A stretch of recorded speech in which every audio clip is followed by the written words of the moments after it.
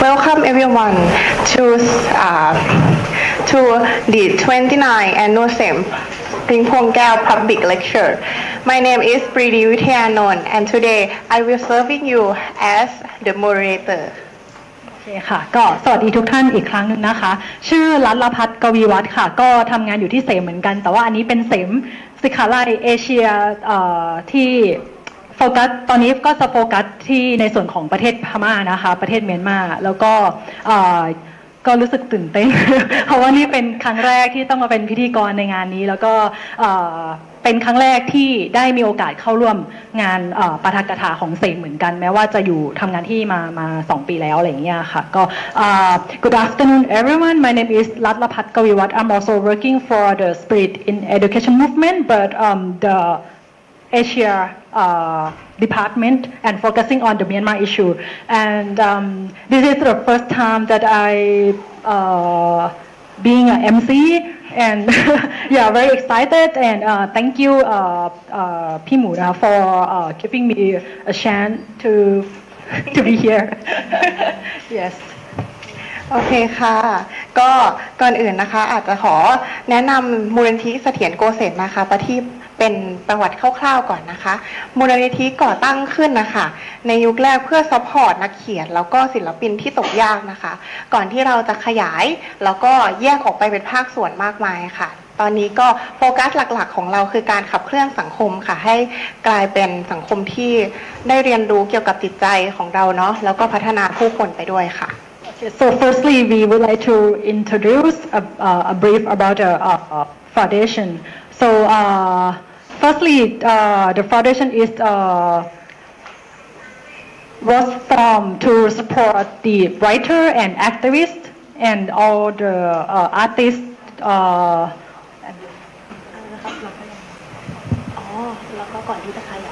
Okay, and then we expand the area of the work to work on the many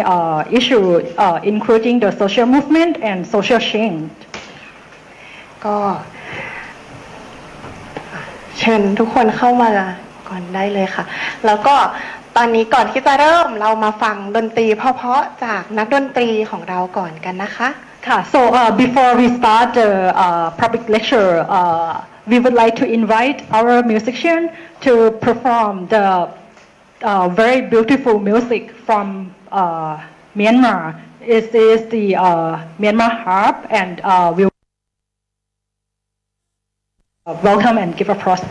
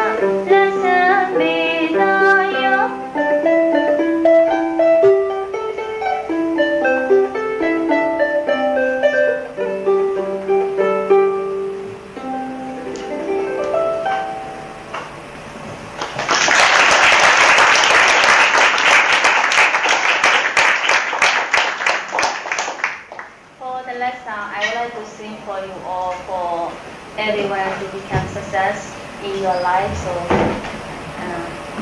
that also like to. It's okay. It's okay. I wish you all for success.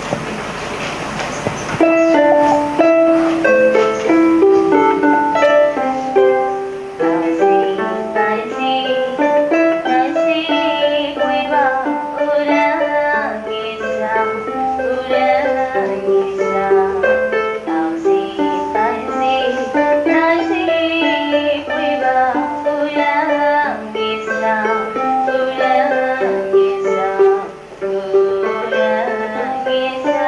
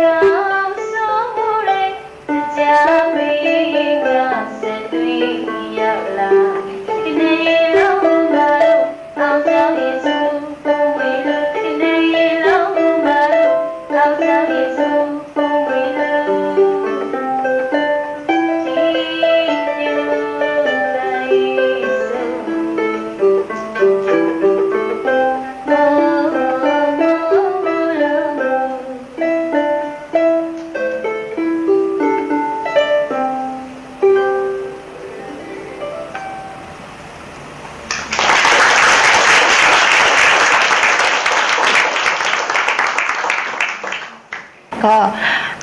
คุณวาวาซานะคะก็เล่นดนตรีให้กับทางเสมบ่อยๆล่าสุดก็เพิ่งจบคอนเสิร์ตไปนะคะก็คือชื่อว่า Can You Hear the People Sing นะคะ Wawasan is a very talented musician that she involved with our activity a lot. Like the recently we just finished the concert. Do you hear the people sing? Remark of the third year crew of Myanmar. ค่ะก็อยากจะสอบถามนิดนึงว่าเมื่อกี้ที่เราได้ฟังเพลงกันไปเนาะประมาณ 3-4 เพลงแต่ละเพลงมีความหมายอะไรบ้างนะคะ So we would like to know a little bit like the meaning of each song, what does it mean, and what is like talking about. Yeah. Okay, the beginning sound is just the sound from the long ago about the prince that he missed the princess. So that song is our like a long time about 10 years ago in Myanmar history. That song is very popular. And second song is also about the prince. Many of the Myanmar music sound came from the riot place because of most of the performance only happen in riot place often in the past. So prince or princess wrote their songs often, right? So second song is that the prince wrote for how beautiful the riot is, and then you cannot imagine how the beautiful around your place, and then he feel proud for himself for that place he came from around Amarapura city, and then that song is about Metta Phema Lansame. Metta Phema Lansame is I give love to everyone. Same like if you sing this song, you give love to everyone. So if you love each other, you will never hate, right? So you will love and you will peace. So and the final one is the Aussie Paisi. Aussie Paisi is for successful. I'm wishing for you success. So this is for success. So in Myanmar, we sing this song for the many ceremony. For about the successful to become successful, also even the God came to the country and then support these people. So like this. So thank you so much. ค่ะเพลงเมื่อกี้มีทั้งหมด4เพลงเนาะเพลงแรกก็จะพูดถึงเกี่ยวกับเจ้าชายที่คิดถึงเจ้าหญิงของเขาแล้วมีอะไรอีกบ้างนะคะพี่ค่ะก็ที่นักดนตรีอธิบายไปนะคะคือเพลงของพม่าเนี่ยส่วนใหญ่ในสมัยก่อนก็จะเป็นการแต่งแล้วก็เล่นกันในพระราชวังเฉพาะราชวงศ์อะไรอย่างเงี้ยค่ะฉะนั้นเพลงส่วนใหญ่ก็เลยจะพูดถึงชีวิตของพระราชาเจ้าหญิงเจ้าชายอะไรพวกนี้เนาะแล้วก็อย่างเพลงที่2เนี่ยวาบาซันก็บอกว่าเขาก็พูดถึงสถานที่ที่เขาอยู่อาศัยที่มันแบบมีความสวยงามน่าอยู่แล้วเขาก็รู้สึกภูมิใจที่ได้อยู่ในสถานที่แบบสวยงามแบบนั้นอะไรอย่างนี้นะคะแล้วก็เพลงสุดท้ายเนี่ยก็จะพูดถึงเรื่องของเพลงที่2เนี่ยเขาก็จะพูดถึงด้วยว่าแบบการที่มอบความรักให้กับทุกๆคนอะไรอย่างเงี้ยเป็นการที่แบบเป็นเพลงที่แบบแชร์ความรักแชร์ความเมตตาของเราไปให้กับคนรอบข้างแล้วก็เพลงสุดท้ายนะคะก็จะพูดถึงเรื่องของขอให้แบบประสบความสำเร็จซึ่งมันเป็นเพลงที่จะเล่นในหลายๆพิธีการเนาะเพื่อแบบอวยพรให้ผู้ฟังประสบความสำเร็จประมาณนี้ค่ะสวยงามมากจริงๆวาวาซานก็เพิ่งจะเล่นคอนเสิร์ตให้เราไปซึ่งก็มีเพลงนี้เหมือนกันเนาะใช่ค่ะขอมอบของที่ระลึกให้กับนักดนตรีหน่อยนะคะพอดีว่าเดี๋ยวเขาอาจจะต้องเดินทางกลับก่อนนะคะเชิญเลยค่ะโซyeah yes มาค่ะโอเคก็ ขอบคุณมากนะคะ thank you so much ก็โอเคค่ะงั้นก็เราขยับกันไปที่ขั้นถัดไปเลยเนาะจะขอกล่าวต้อนรับคุณสุรศรีโกศลนาวินนะคะประธานของมูลนิธิเสถียรโกเศษนะคะประทีปค่ะขึ้นมากล่าวอะไรนิดหน่อยให้พวกเราฟังกันหน่อยนะคะ So for the next, we would like to invite Mr. Surasi Go Son Nawin, our president of the Sathian Goset Nakapati Foundation, to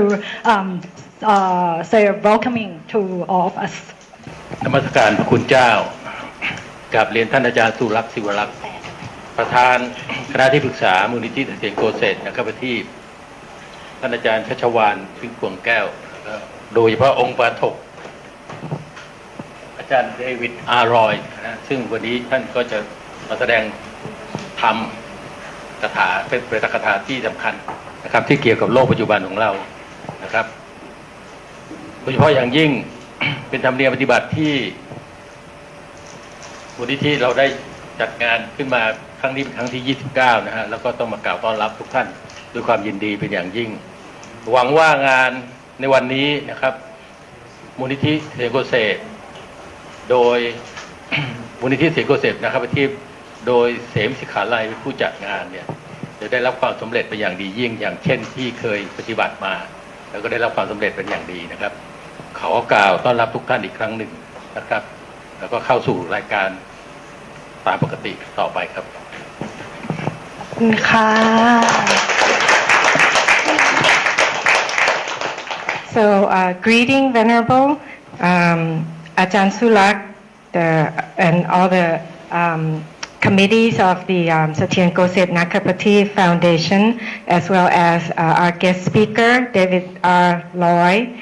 who will be giving us the same lecture today about the state of the world today. So according to our custom, I am here to welcome you all. This is our 29th same lecture. So I hope that today the foundation through same program will our program today will be successful as usual. So I welcome you all and let's begin the program today. ต่อไปจะขอเรียนเชิญคุณชัชวาลพริ้งพวงแก้วมากล่าวเปิดงานสักเล็กน้อยนะคะ So next, we would like to invite Kun Chachawan Pring Phuangkeo to welcome and opening the speech for us. กราบนมัสการพระคุณเจ้ากับเคารพท่านอาจารย์ส.ศิวรักษ์คุณสุรศรีกมลวาทินและมิสเตอร์เดวิดลอยWelcome to Thailand แล้วก็ท่านกัลยาณมิตรทุกท่านนะครับทุกปีไปเนี่ยผมใช้เวลาเดินจากตรงนู้นมาตรงนี้เนี่ยช้าลงทุกวันเพราะเมื่อกี้ได้คุยกันท่านอาจารย์ต่อว่าศิวรักษ์ท่านว่าทำไมมันถึงเป็นอย่างนี้ท่านก็บอกว่าตอนนี้ท่าน91แล้วผมเองก็ตามท่านไปติดแล้วนะครับที่มันได้เฉื่อมช้าของลงทุกวันนะเมื่อวันเสาร์ที่แล้วนี่ผมก็ได้ไปนั่งฟังเพลงอยู่ที่สี่แยกปทุมวันนะครับเป็นหอศิลปกรรมของกรุงเทพมหานครเนี่ยก็นึกถึงคุณหมอเสมเนี่ยนะครับคุณพ่อผมเนี่ยท่านเดินออกจากวังสัปทุมนะครับแล้วก็ผ่านตรงสี่แยกปทุมวันเนี่ย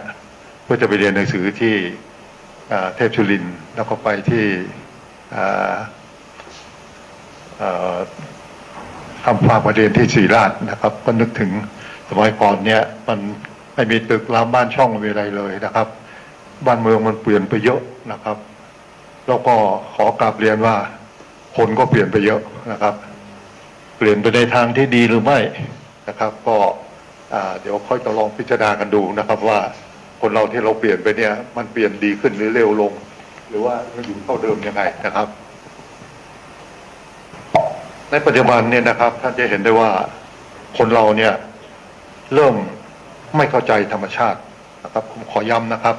ว่าไม่เข้าใจธรรมชาติเนี่ยมากขึ้นทุกวันนะครับแล้วก็พยายามที่จะเอาชนะธรรมชาติด้วย นะครับซึ่งอันนี้เป็นสิ่งที่ปรากฏการณ์ที่ผมคิดว่าโลกเราเนี่ยมันถึงได้ร้อนกันขึ้นทุกวันนะครับจนกระทั่งคุณเดวิดลอยบอกว่ามันกำลังจะเดือดละนะครับโลกกำลังจะเดือดในปัจจุบันเนี้ยซึ่งในการกระทำอันนี้เนี่ยก็เนื่องมาจากแต่ถึงผู้กราบเรียนนะครับว่าคนเราเนี่ยเปลี่ยนแปลงเป็นในการที่ว่าไม่รู้จักธรรมชาตินะครับแล้วก็พยายามที่จะเอาชนะธรรมชาติอยู่ตลอดนะครับทีนี้ถ้าเผื่อเรามองตัวเราเองนะครับพวกเราทุกคนในปัจจุบันที่นั่งอยู่ตรงนี้นะครับพลังที่ท่านมีได้มาเนี่ยได้มาจากแสงอาทิตย์นะครับท่านเชื่อไหมครับว่า 55% ของพลังที่ท่านมีอยู่ในตัวท่านเนี่ยมาจากแสงอาทิตย์นะครับและอีก 25% เนี่ยมาจากน้ำนะครับและเพียงแต่ 20% เท่านั้นนะครับที่มาจากอาหารนะครับแต่พวกเราเนี่ยไม่ตากแดดไม่ดื่มน้ำให้เพียงพอแต่รับทานอาหารนะครับเกินส่วนอยู่ทุกวันนะครับเพราะฉะนั้นท่านจะเห็นได้ว่าสิ่งที่เราทำอยู่ในปัจจุบันเนี่ยไม่รู้จักธรรมชาตินะครับและทำงานอะไรบางอย่างเนี่ยซึ่งตรงข้ามกับที่ธรรมชาติจะให้นะครับเพราะฉะนั้นจะเห็นว่าในทุกวันเนี่ยเรารับประทานอาหารเนี่ยมันยังไม่พอนะครับก็ดันยังไปทานอาหารเสริมอีกนะครับซึ่งมันไม่จำเป็นเลยนะครับว่าทำไมเราถึงไปกินอาหารเสริมนะครับทุกคนบอกว่ากินอาหารเสริมมันป้องกันโรคได้อะไรต่างๆพระอาทิตย์นี่แหละครับเป็นตัวที่ป้องกันโรคภัยไข้เจ็บต่างๆท่านได้นะครับถ้าเผื่อผมพูดอย่างนี้ท่านไม่เชื่อนะครับท่านลองเอามือเนี่ยนะครับแบมือไปตากแดดตอนเช้าเนี่ยสมมติว่าพระอาทิตย์ส่องมาทางนี้นะครับท่านพยายามเอาตัวของท่านเนี่ยเข้าอยู่ในที่ร่มแล้วก็แบมือสองข้างเนี่ยนะครับตากแดดเนี่ยนะครับวันละ15 นาทีท่านจะมีวันเป็นหวัดเลยครับ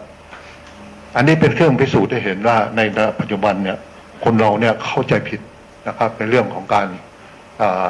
ทำงานกับธรรมชาติและใช้ธรรมชาติให้เป็นประโยชน์นะครับที่นี่หนักกว่านั้นอีกนะครับท่านจะเห็นว่าในปัจจุบันเนี่ยนะครับพระอาทิตย์เนี่ยเป็นแหล่งพลังงานที่ใหญ่ที่สุดในจักรวาลไม่มีที่ไหนใหญ่เท่านี้นะครับแล้วก็พระอาทิตย์เนี่ยอย่างที่ผมเรียนนะครับว่าได้ให้พลังงานส่วนตัวที่บอกเป็นพลังงานของเราเนี่ยนะครับถึง 55%ทีนี้ถ้าเผื่อต้องมองดูว่าพระอาทิตย์เนี่ยนะครับทำให้เราเนี่ยกลับไปอีก40 ล้านปีที่แล้วนะครับ40 ล้านปีที่แล้วพระอาทิตย์เนี่ยได้เก็บพลังงานไว้ในต้นไม้นะครับแล้วต้นไม้เนี่ยก็ถูกโรค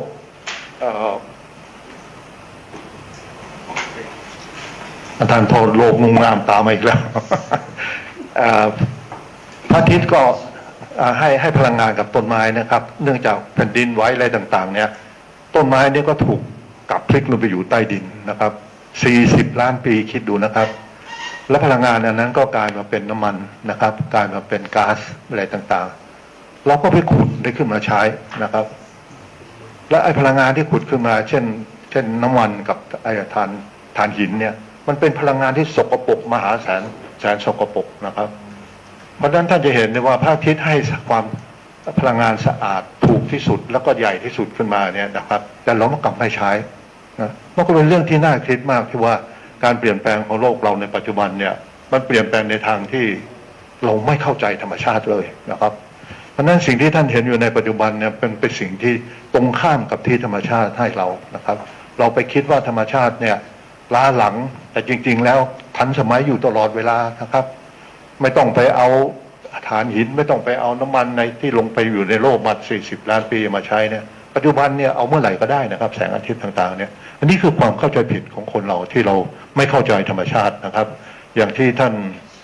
องค์ปาฐกวันนี้ท่านจะเล่าให้ฟังถึงเรื่องว่าธรรมนิเวศเนี่ยนะครับมันเกิดขึ้นยังไงถ้าทำในคนเราในประเทศปัจจุบันเนี่ยมันถึงได้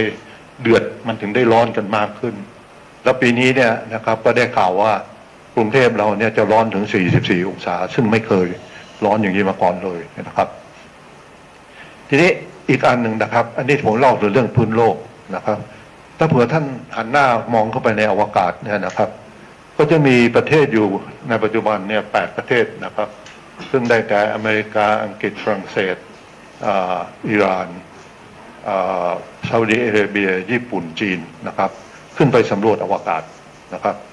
ทีนี้การขึ้นไปสำรวจอวกาศเนี่ยเขาก็ต้องมุ่งหวังว่าเขาจะต้องได้อะไรที่เป็นกำไรกลับมานะครับท่านลองคิดดูนะครับว่าปีหนึ่งเนี่ยมนุษย์เราเนี่ยใช้เงินมหาศาลขนาดไหนที่ออกไปสำรวจอวกาศนะครับและขณะนี้เนี่ยญี่ปุ่นเป็นประเทศแรกที่ไปพบดาวพระจันทร์ไปพบพระจันทร์ในอีกด้านหนึ่งนะครับซึ่งไม่มีใครไปลงเนี่ยและไปพบฮีเลียม3นะครับซึ่งเป็นแร่ธาตุที่มีคุณค่ามากที่สุดในโลกในปัจจุบันแพงที่สุดในโลกในปัจจุบันเนี่ยตอนนั้นต่อไปเนี่ยจากดวงจันทร์เนี่ยมันก็จะต้องไปดาวพระเคราะห์อื่นๆอะไรต่างๆนะครับท่านลองคิดดูนะครับ8ประเทศเนี่ยยังไม่ได้พูดตกลงอะไรกันเลยว่าถ้าเผื่อไปพบเราจะแบ่งการยึดครองการทำเมืองแร่การอะไรต่างๆยังไงนะครับท่านลองคิดดูนะครับถ้าเผื่อมันเกิดแค่ในโลกมันจะเกิดขนาดนี้แล้วเนี่ยถ้าเผื่อไปเกิดในอวกาศเนี่ยนะครับมันจะรุนแรงขนาดไหนนะครับเพราะฉะนั้นในโลกในปัจจุบันเราเห็นนะครับว่าเรามีสงครามอยู่เนี่ย5 แห่งนะครับและยังมีอีก4 แห่งซึ่งอยู่ในตะวันออกไกลทั้งนั้นเลยกำลังรอนะครับที่ให้เกิดไอ้สงครามอันนี้ขึ้นเนี่ยเพราะฉะนั้นสิ่งเหล่านี้เนี่ยมันเกิดกับพวกเราแน่นะครับ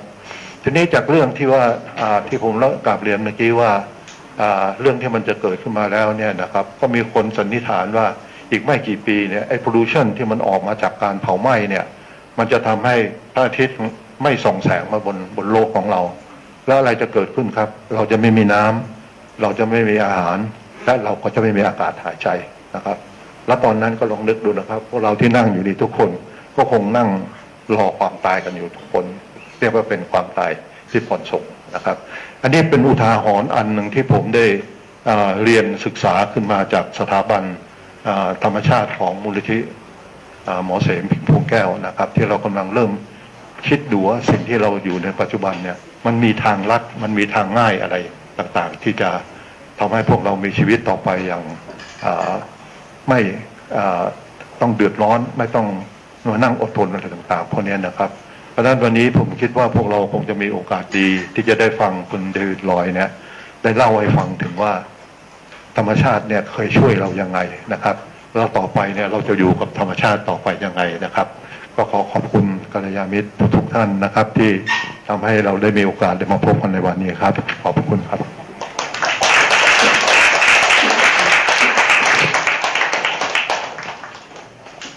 Okay, so in as requested by Ajahn, it will be a summary.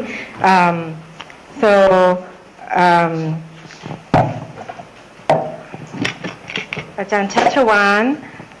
father is Dr. Same Pingpong Gao, and we remember the time when his father was young and having to walk from the palace to school and then later to the medical school. And the world then and the world now is a big difference. As mankind today doesn't understand nature, but we try to conquer nature. And as a result, the earth gets hotter and hotter every day. As the word boiling that we use for the talk today. And our energy in our body, 55% of it is from sunlight, 25% from water, and only 20% is from food. However, we eat too much food, we don't go out, we drink too little water, and we don't enjoy the exposure to sunlight. Mr. Chachawan recommended that we go out and dry hands on the sunlight 15 minutes a day. Then we won't catch a cold.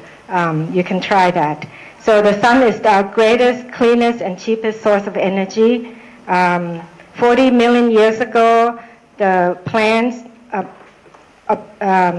took in the energy from the sun, and now those plants are underground and becomes crude oil. And we then dig those oil, the dirty crude oil, for our energy, instead of using the energy that's available to us in nature. Also, in Bangkok this year, we are told that it will reach 40 degrees Celsius, which has never happened before. If you look at the space, right now there are 8 countries that are competing in space exploration. Japan has landed on the other side of the moon and discovered helium-3, which is the most valuable resource in space. So this could create a problem later if there's more war. Currently, there are 5 wars in the world. Soon, the pollution from all this burning greenhouse gases would soon trap the sun, and we will not be able to receive the sunlight. We'll be out of water, food, and the breathable air, and life on Earth as we know it will collapse. So if we understand nature, then try to live with nature, then hopefully there will be a solution for this. Friendship will definitely become a long-lasting peace on Earth and in outer space as well.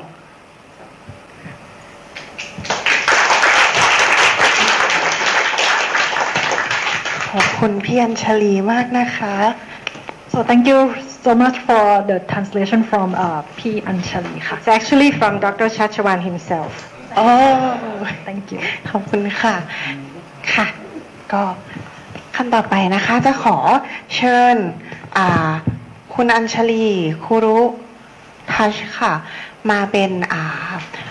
ผู้แปลภาษานะคะ แล้วก็อยากจะให้รบกวนแนะนำปาฐกถาของเราวันนี้ด้วยเชิญค่ะ ขอบคุณค่ะ So next we would like to invite คุณอัญชลีคุรุทัศน์นะคะ she will be a translator and also the introduction of the lecture today. Yeah. ค่ะ ขอเชิญเดวิดมาเลย And also inviting คุณ David Lai to be on the floor. โอเคค่ะ David Loy davidloy.org นะ เราจะไม่แนะนำมากค่ะ ถ้าต้องการรู้รายละเอียดเกี่ยวกับเดวิดไปที่เว็บไซต์ของเขาค่ะแต่ว่าเดวิดเป็น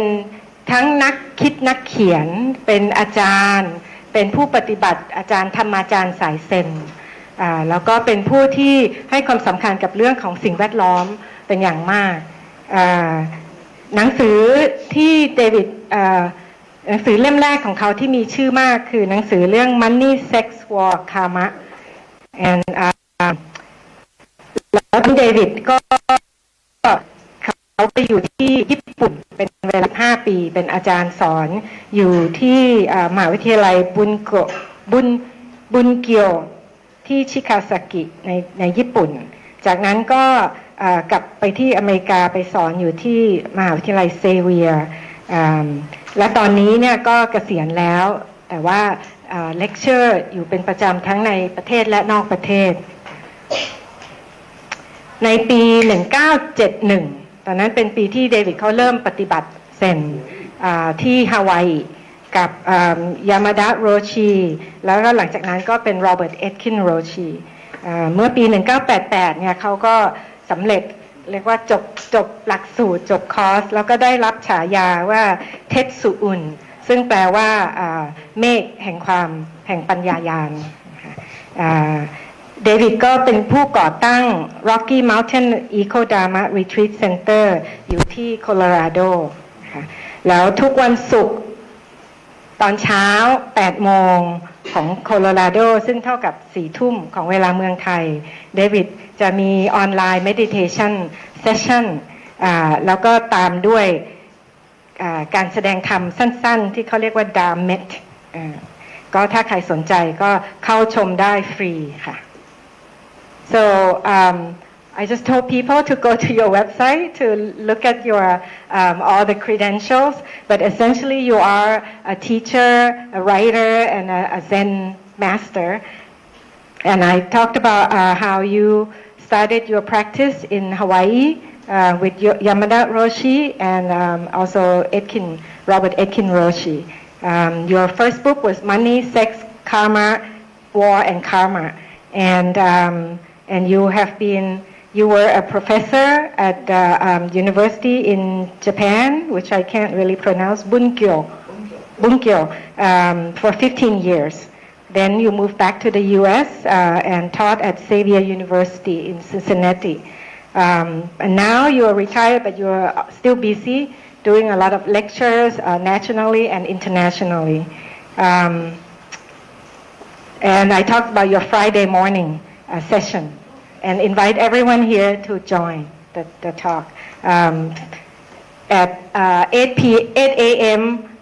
Cincinnati time, which is 10 p.m. Thailand time, Friday night. Friday night at 10 p.m. would be 8 a.m. your time in Colorado. Okay, so any more information, please go Google him. So now we will begin our talk.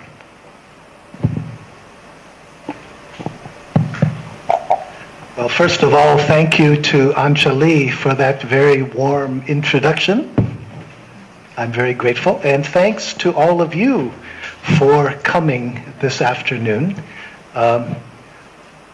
I really feel very happy to be here in Bangkok with you. It feels very much like home. But also in Colorado, where I live right now, it's very, very cold with lots of snow. So I'm even happier to be here in Bangkok. ก็ขอบคุณทุกคนที่มาดีใจมากแล้วก็รู้สึกเหมือนว่าที่นี่เป็นบ้านของเราโดยเฉพาะอย่างยิ่งตอนนี้ที่โคโลราโดเนี่ยหนาวมากหิมะตกเพราะฉะนั้นอยู่ที่นี่อบอุ่น Sometimes it seems to me that the world is breaking down, that the world that I have grown up with, and usually I take it for granted that this world is falling apart. And I wonder if any of you sometimes feel the same way. บางครั้งเนี่ยผมก็รู้สึกว่าโลกของเราโลกที่ผมเติบโตขึ้นมากับมันแล้วก็คิดว่ามันจะต้องอยู่อย่างนี้กับเราไปเรื่อยๆเนี่ยผมมีความรู้สึกว่าโลกนี้มันกำลังล่มสลายลงแล้วก็ไม่รู้ว่าบางคนในที่นี้รู้สึกอย่างนั้นเหมือนกันหรือเปล่า Of course, we know that Buddhism emphasizes impermanence, that things are changing all the time, but I think it's more than that right now. A few years ago, in an interview, Noam Chomsky said something very shocking. He said, right now is the most dangerous time in human history. And I think he's probably right. แน่นอนผมรู้ว่าพุทธศาสนาพุทธเนี่ยเน้นเรื่องของความไม่ยั่งยืนความไม่จีรัง impermanence แล้วก็ทุกสิ่งเปลี่ยนแปลงเสมอซึ่งมันก็จริงแต่ผมว่ามันมากกว่านั้นโนมชอมสกี้เนี่ยได้กล่าวว่าโลกของเราเนี่ยกำลังอยู่ในช่วงเวลาที่อันตรายที่สุดเท่าที่เคยมีมาในประวัติศาสตร์ของมนุษยชาติ One reason, of course, is the climate crisis, which Chomsky mentioned. And I think most of us here already know about how much the Earth is becoming warmer. Last year was the warmest year in recorded history, and it looks like last month and this month too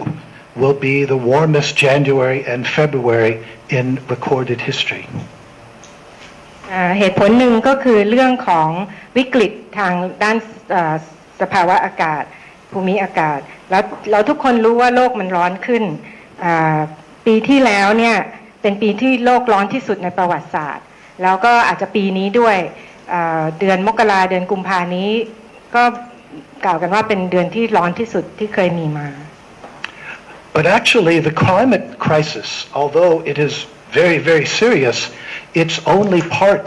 of a much larger ecological crisis regarding our relationship with the earth. So, for example, we know there's an extinction event that right now many plant and animal species are disappearing.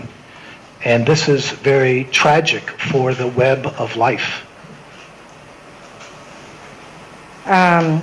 และวิกฤตทางสภาวะอากาศสภาพอากาศเนี่ยมันแค่เป็นส่วนหนึ่งของปัญหาที่ใหญ่กว่านั้นคือวิกฤตของระบบนิเวศทั้งหมดอย่างเช่นในเรื่องของการสูญพันธุ์ก็มีการอัตราของการสูญพันธุ์ของสิ่งมีชีวิตของพืชของอะไรทั้งหลายเนี่ยมากขึ้นมาก There are many other ecological issues as well. There are dead zones in the ocean where rivers, polluted rivers, meet the ocean. That's a good example. We are dependent upon agriculture, but a lot of the topsoil on the earth is being depleted. In general, we can say that there are so many possible things to talk about, but certainly there are so many types of pollution in the air,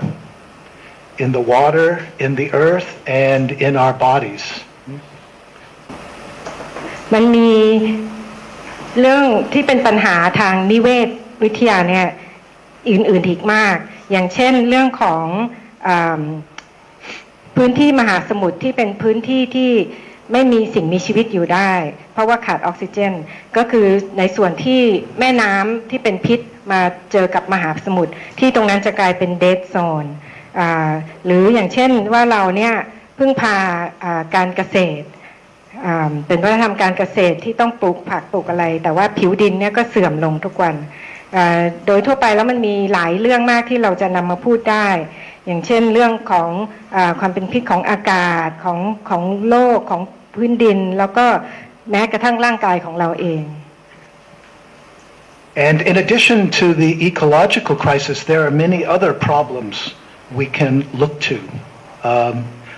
I come from the land of Donald Trump. Do I need to say anything more? You know, it looks like he could become president again, which to me seems unbelievable. Yeah. แล้วนอกจากนี้นะก็ยังมีเรื่องปัญหาอื่นๆที่มากไปกว่าเรื่องของระบบนิเวศด้วยอย่างเช่นผมเนี่ยมาจากประเทศที่เป็นประเทศของโดนัลด์ทรัมป์ซึ่งก็อาจจะไม่ต้องพูดอะไรมากไปกว่านี้เขาอาจจะกลายเป็นประธานาธิบดีคนต่อไปได้อีก There is also an economic crisis. The gap between the rich, very few rich people and many, many poor people, it is the worst now than it has ever been. And it continues to get worse. And this is also connected with the ecological crisis because the richest 1% in the world are responsible for about 2/3 of all the carbon emissions. Yes, so the web, the connection between economic, political, ecological is very tight. We have a huge crisis. แล้วยังมีสิ่งที่มันเกี่ยวพันกับเรื่องของวิกฤตของระบบนิเวศด้วยอย่างเช่นคนที่รวยที่สุด 1% เนี่ยเขาเป็นผู้ที่สร้างแก๊สพิษคาร์บอนอิมิชันคือการเป็นผู้ปล่อยสารพิษอากาศทำให้อากาศเป็นพิษเนี่ยถึง2 ใน 3ของทั้งหมดที่เกิดขึ้นก็คือคนที่รวยที่สุด 1% สร้างคาร์บอนฟุตพริ้นท์ขึ้นมาแล้วก็เป็น2 ใน 3ของเสียทั้งหมดแล้วนอกจากนี้เราก็จะเห็นว่ามันมีความเชื่อมโยงกันระหว่างความวิกฤตทางเศรษฐกิจกับทางนิเวศด้วย When we put all of these problems together, all of these crises, it seems fair to say that civilization as we know it is self-destructing. We have a civilization that has lost its way. It's quite ironic because only in the last century or so have we achieved a really global civilization, and already this civilization is breaking down, self-destructing. เมื่อเราเอาวิกฤตเหล่านี้เนี่ยมาอยู่ด้วยกันเนี่ยเราจะเห็นว่าอารยธรรมของเราในตอนนี้เนี่ยอย่างที่เราเคยรู้จักมาก่อนที่เราเคยชินตอนนี้อารยธรรมวัฒนธรรมสิ่งที่เรามีขึ้นมาเนี่ยมันกลับกลายเป็นมาทำร้ายตัวเองแล้วก็เหมือนกับว่าเราหลงทางอยู่ซึ่งที่จริงแล้วนะถ้าเราดูดีๆเนี่ยมันก็ตลกที่ว่าเมื่อ ศตวรรษที่แล้วที่เรามีความสำเร็จกับการที่เราสร้างโลกขึ้นมาใหม่แต่กลับกลายเป็นว่าตอนนี้เนี่ยสิ่งที่เราสร้างเนี่ยมันกำลังทำร้ายโลกให้มันล่มสลายลง So what should we do in this dangerous situation? I am reminded of two of my favorite Zen stories. In the first story, a student asked the master, "What should we do when difficult times come?" And the master says, this is hard to show, welcome. To welcome those difficult times, because our path is not about avoiding difficult times. It's about responding appropriately to them. Often in difficult times is when,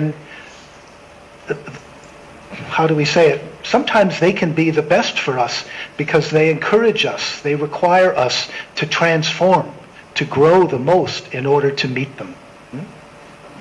That's the first story. Okay. Shall I go ahead? No. ถ้าอย่างนั้นเราจะทำยังไงล่ะในสถานการณ์ที่มันอันตรายแบบนี้ก็ผมก็นึกถึงเรื่องเล่าของเซนอยู่2เรื่องที่เป็นเรื่องที่ชอบมากซึ่งก็เรื่องแรกเนี่ยก็คือมีศิษย์ถามอาจารย์ว่าเราควรจะทำอย่างไรเพื่อตอบสนองกับสถานการณ์ที่อันตรายแบบนี้อาจารย์ก็ตอบว่าเมื่อเวลายากลำบากมาถึงเนี่ยเหรอก็ยินดีต้อนรับมันอย่างเต็มที่โอบรับมันอย่างเต็มที่เพราะว่าหนทางของเราหนทางของเซนของการปฏิบัติเนี่ยไม่มีคำว่าหลีกเลี่ยงความยากลำบาก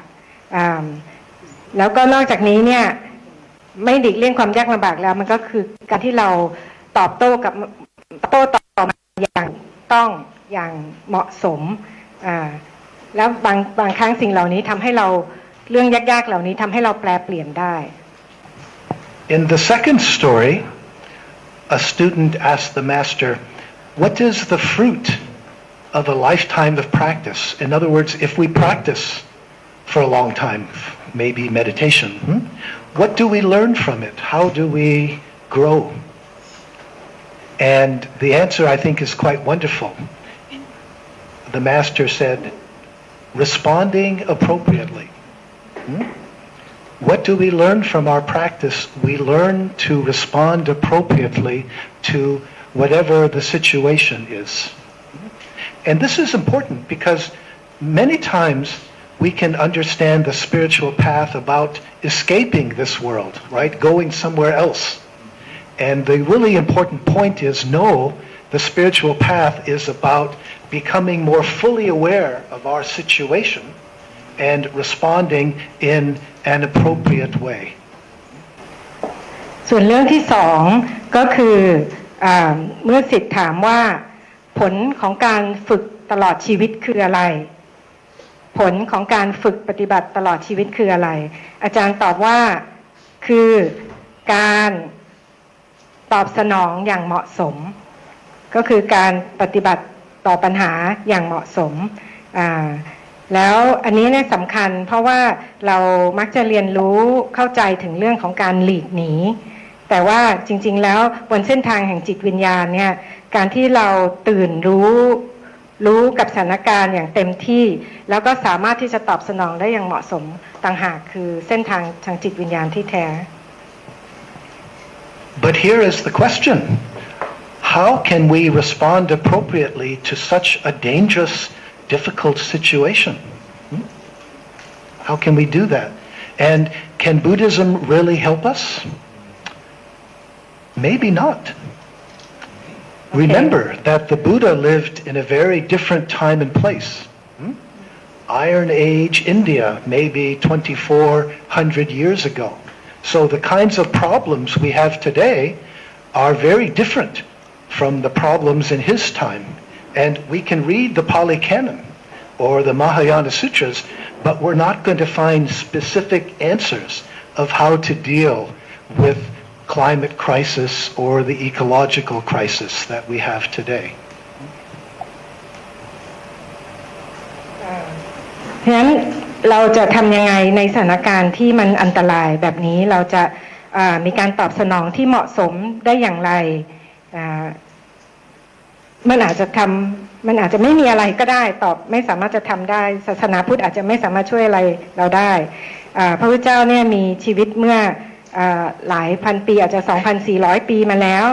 วก็ในยุคสมัยนั้นสิ่งที่เป็นอยู่ในสังคมตอนนั้นกับตอนนี้ไม่เหมือนกันเราอาจจะไปหาอ่านพระสูตรต่างๆแต่ว่าเราอาจจะไม่สามารถที่จะหาคำตอบหรือสถานการณ์ที่มันตรงกับสถานการณ์ของเราในปัจจุบันได้ Of course, even though Buddhism, the traditional Buddhist teachings, they don't talk about the crisis today, still there are important implications in the teachings that we can develop. If we look at the teachings, there are hints, there are ideas, there are possibilities that can help us a great deal. But it also requires us to be creative. We need to remember that Buddhist emphasis on impermanence applies to Buddhism, and Buddhism too, it has changed when it has gone to a new place, when it encounters a new situation. For example, when Buddhism went to China, it met Taoism and it became Chan or later Zen Buddhism, Tibetan Buddhism, Tantric Buddhism, and native Bon. So Buddhism, historically, we can see how Buddhism has developed and changed in order to respond appropriately to new situations. And today, I think it's the greatest crisis, not only for the world, but for Buddhism, the greatest challenge to Buddhism to help us respond, to understand and respond appropriately to this most dangerous time. There's a lot there. Good luck. ถึงแม้ว่าพุทธศาสนาในแบบดั้งเดิมที่เราเรียนรู้มาอาจจะไม่พูดถึงสถานการณ์เราอาจจะมองไม่เห็นสถานการณ์ที่เหมือนกับสถานการณ์ในปัจจุบันของเราแต่ว่ามันจะมีอะไรบางอย่างอยู่ในนั้นที่เหมือนเป็นความคิดเป็นความเป็นไปได้เป็นคำสอนที่เราสามารถที่จะนำมาปรับใช้ได้แต่ว่าเราจะต้องมีความเข้าใจกับมันอย่างลึกซึ้งแล้วก็สามารถที่จะมองเห็นถึงว่าเราจะมันคำสอนเหล่านั้นเนี่ยจะเอามาเปลี่ยนแปลงมาใช้ได้ยังไงและจริงๆแล้วพุทธศาสนาเนี่ยไปที่ไหนก็จะปรับไปกับสถานการณ์หรือว่ากับช่วงยุคสมัยนั้นอย่างเช่นเมื่อตอนพุทธศาสนาเข้าไปในจีนก็เกิดมหายานเกิดการปฏิบัติของเซนขึ้นมาหรืออย่างตัวอย่างในทิเบตเราจะเห็นได้ว่าพุทธศาสนาเนี่ยสามารถที่จะพัฒนาแล้วก็เปลี่ยนแปลงเพื่อที่จะตอบสนองอย่างเหมาะสมได้กับสถานการณ์ทีนี้สิ่งที่ท้าทายเนี่ยก็จะคือพุทธสามารถที่จะตอบสนองกับสถานการณ์ณตอนนี้ได้ยังไง something like that There are many aspects of Buddhist teachings that we could talk about, but today I want to focus on what I think is the single most important Buddhist teaching today, and that is the Bodhisattva path. Now, the Bodhisattva path is often understood in a sectarian way, right? This is Mahayana, it's not Theravada. But I think we don't need to think of it in that way. I think the Bodhisattva path is something that develops naturally when, through our spiritual practice, we begin to see through our own egotism, our own self-preoccupation, right? Buddhism is about letting go of our sense of self, realizing our interconnectedness. And when we do this, we turn away from our own dukkha, our own self-preoccupation, and we become more aware of the greater dukkha in the world. And the meaning of our life naturally changes, I think, from what's in it for me to what can I do to make this a better world for everyone. I think this is a natural development. So when I say Bodhisattva path, please don't understand it in a sectarian way, but understand it in this way. สำหรับผมแล้วเนี่ยอยากจะพูดในวันนี้ถึงสิ่งที่พุทธศาสนาสอนที่ผมมองว่าเป็นเรื่องที่สำคัญที่สุดสำหรับเราในตอนนี้ก็คือเส้นทางของพระโพธิสัตว์ซึ่งเมื่อเราพูดถึงเส้นทางของพระโพธิสัตว์เนี่ยเรามักจะนึกถึงว่ามันเป็นเรื่องของศาสนาเรื่องของอะไรที่แบบเป็นมหายานเป็นอะไรอย่างนี้แต่ว่าจริงๆแล้วเส้นทางของพระโพธิสัตว์เราไม่จำเป็นต้องมองเป็นอย่างนั้นมันคือการที่เราเริ่มที่จะเข้าใจความเชื่อมโยงความสัมพันธ์กับสรรพสิ่งทั้งหลายเริ่มที่จะเห็นความเป็นตัวตนของเราการแปลกแยกแล้วเราก็จะเริ่มที่จะเมื่อเราเดินบนเส้นทางของพระโพธิสัตว์เนี่ยเราจะเริ่มที่จะเบี่ยงเบนออกจากการที่เรามุ่งเน้นแต่การปลดทุกข์ของตัวเองแล้วก็ไปเห็นความเข้าใจถึงทุกข์ของสังคมที่เราจะมีส่วนร่วมเราจะสามารถที่จะเปลี่ยนจากการที่เราจะทำอะไรเพื่อตัวเองเท่านั้นไปสู่การทำการช่วยสังคม sorry something like that and then so that's the ขอให้ทุกคนมองว่าเส้นทางของพระโพธิสัตว์เนี่ยมันไม่ใช่เป็นเรื่องของศาสนาแต่เป็นเรื่องของเราที่เราจะปฏิบัติได้ okay So today I would like to talk about the three most important aspects of the Bodhisattva path. The first aspect is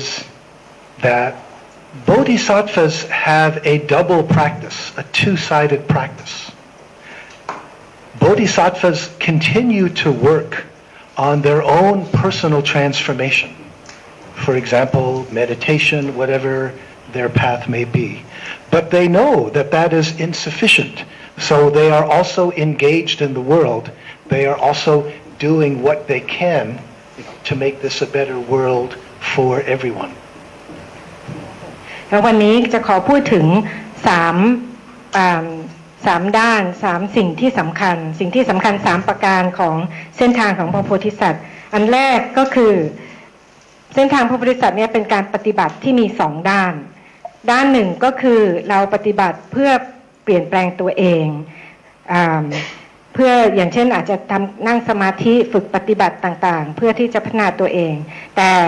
เรารู้ว่าแค่นั้นไม่พอเราจะต้องเข้ามามีส่วนร่วมกับสังคมกับโลกด้วย But it's more than saying that those two practices go well together. I think it's important for us to realize that these two different practices actually need each other if either one is to be as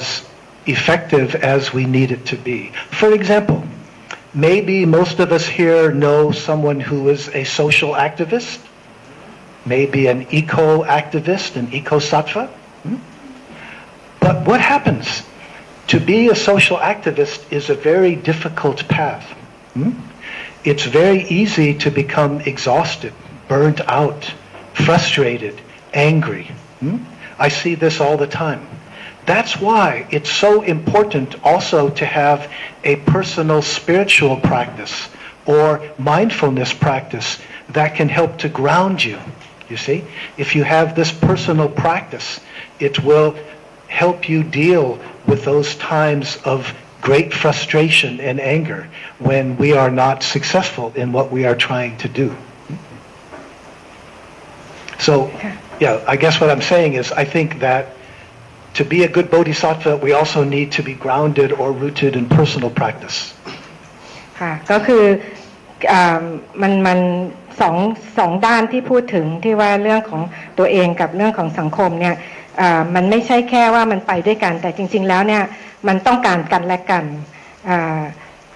จะหลายคนอาจจะเป็นนักกิจกรรมนักเคลื่อนไหวสิ่งแวดล้อมต่างๆแต่ว่าเส้นทางนี้เรารู้ว่ามันยากลำบากมากแล้วมันก็ง่ายที่เราจะรู้สึกเหนื่อยท้อหมดแรงกับมันเพราะฉะนั้นเนี่ยเราก็จะต้องมีการฝึกปฏิบัติทางจิตวิญญาณ ที่จะช่วยให้เราเนี่ยอยู่กับมันมีพื้นที่มั่นคงที่จะอยู่กับมันได้เรารู้ว่ามันไม่พอที่จะเน้นแต่เรื่องของการทำกิจกรรมแต่ว่าเรื่องของจิตวิญญาณก็มีส่วนด้วยเพราะฉะนั้นเราต้องพึ่งกันและกันในเหรียญสองด้านนี้ So social engagement needs to be grounded or rooted in personal practice. But it also works the other way around too. If we think about why do we come to meditation, why do we come to the Buddhist path, usually, almost always, it's because there's some problem, some dukkha in our own lives. So we sense something is missing, something isn't right, and so that's why we learn to meditate. But there's a danger here too. At the beginning, we are motivated by our own personal problem. But as we practice and as we begin to see through the delusion of separation, the delusion that there's a me inside separate from all of you, the rest of the world outside, it's important that we also see through this self-preoccupation. At a certain point, we realize the fundamental problem is our self-concern. What's in it for me? Always thinking about ourselves. And at that point, we realize we have to make a turn to being engaged with other people, being engaged in the world. โอเคขณะที่เราพูดว่าการทำงานเพื่อสังคมเนี่ยเราจะต้องมีพื้นที่ทางจิตวิญญาณเพื่อที่จะให้เรามั่นคงอยู่กับงานแต่ขณะเดียวกันในอีกด้านหนึ่งมันก็เป็นเช่นนั้นเหมือนกันสำหรับคนที่มาฝึกปฏิบัติอย่างเดียวโดยที่ยังไม่ได้ทำงานกับสังคมเนี่ยหลายคนอาจจะมานั่งสมาธิมาปฏิบัติภาวนาเพราะอาจจะมีความทุกข์มีความไม่สบายใจเป็นการส่วนตัวแต่ถ้าเราปฏิบัติอยู่กับมันนานๆอยู่กับความสงบนั้นโดยที่ไม่สนใจกับสิ่งต่างๆเราก็จะเหมือนกับมุ่งมั่นอยู่กับตัวเองเราจะไม่ปัญหาก็คือเราจะเห็นแต่ว่ามันมีอะไรให้เราเท่านั้นโดยที่เราไม่ได้มองว่ามันมีส่วนสัมพันธ์กับส่วนอื่นด้วยมันจะทำให้เรากลายเป็นคนที่เน้นอยู่แต่กับตัวเอง The Czech writer Franz Kafka, he said something very profound, I think, in a letter he wrote. You can hold back from the sufferings of the world. You can hold back from that. That is something you are free to do. But perhaps that is the one suffering that you could avoid. Very interesting. He says, holding back from the sufferings of the world, that is a kind of suffering too, because it reinforces our sense of separation, our sense of duality, which is the fundamental problem. นักเขียนฟรานซ์คาฟกาได้กล่าวไว้ในจดหมายหนึ่งว่าคุณสามารถที่จะเก็บกักตัวเองออกจากความทุกข์ทรมานของโลกได้คือหลบหนีจากความทุกข์ทรมานของโลกได้อันนั้นน่ะคุณมีสิทธิ์ที่จะทำคุณมีอิสระที่จะทำแบบนั้นแล้วมันก็เป็นธรรมชาติของคุณด้วยแต่บางครั้งการที่คุณอดกลั้นปิดตัวเองอยู่ในนั้นเนี่ยมันคือความทุกข์ที่คุณสามารถหลีกเลี่ยงได้ซึ่งก็คือหมายถึงว่าการที่เรากักตัวเราไว้ปิดตัวเราไว้นั่นแหละคือความทุกข์โอเค The Hindu teacher Nisargadatta, Vedantin, he put this very well. He said, when I look inside and see that I am nothing, that is wisdom. When I look outside and see that I am everything, everyone, that is love. Between these two, my life flows. I think that's very, very beautiful. And, you know, he talks about wisdom and love. These are the two pillars of the Buddhist path, right? Wisdom and compassion. And they need each other.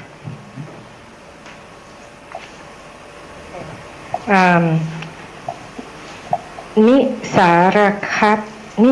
รคทัตตาเขาเขียนว่าเมื่อข้าพเจ้ามองเข้าไปข้างในตัวเองแล้วเห็นว่าข้าพเจ้าเนี่ยไม่มีตัวตนอะไรนั่นคือปัญญาญาณแต่เมื่อข้าพเจ้ามองออกไปข้างนอกแล้วเห็นทุกๆคนนั่นคือความรักและระหว่างสองสิ่งนี้ปัญญาญาณกับความรักเนี่ยชีวิตของเราก็เต็มเปี่ยม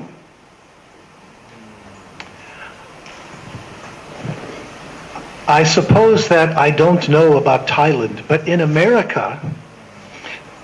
there are some people who have a very romanticized idea about meditation and the Buddhist path. Like they want to go into a cave, and if I can just meditate hard enough in the cave, then, like Milarepa, I can become deeply enlightened. But I think there's actually a problem with this way of thinking. Joanna Macy said it very well. She said, the world has a role to play in my awakening. Actually, my awakening is not something that happens just in a cave, but our relationship with other people is part of our path, learning how to relate to people differently.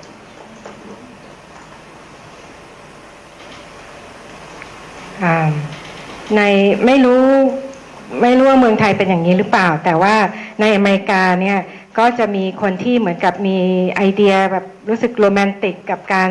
คนที่ไปฝึกปฏิบัติดูแล้วมันแบบดูดีดู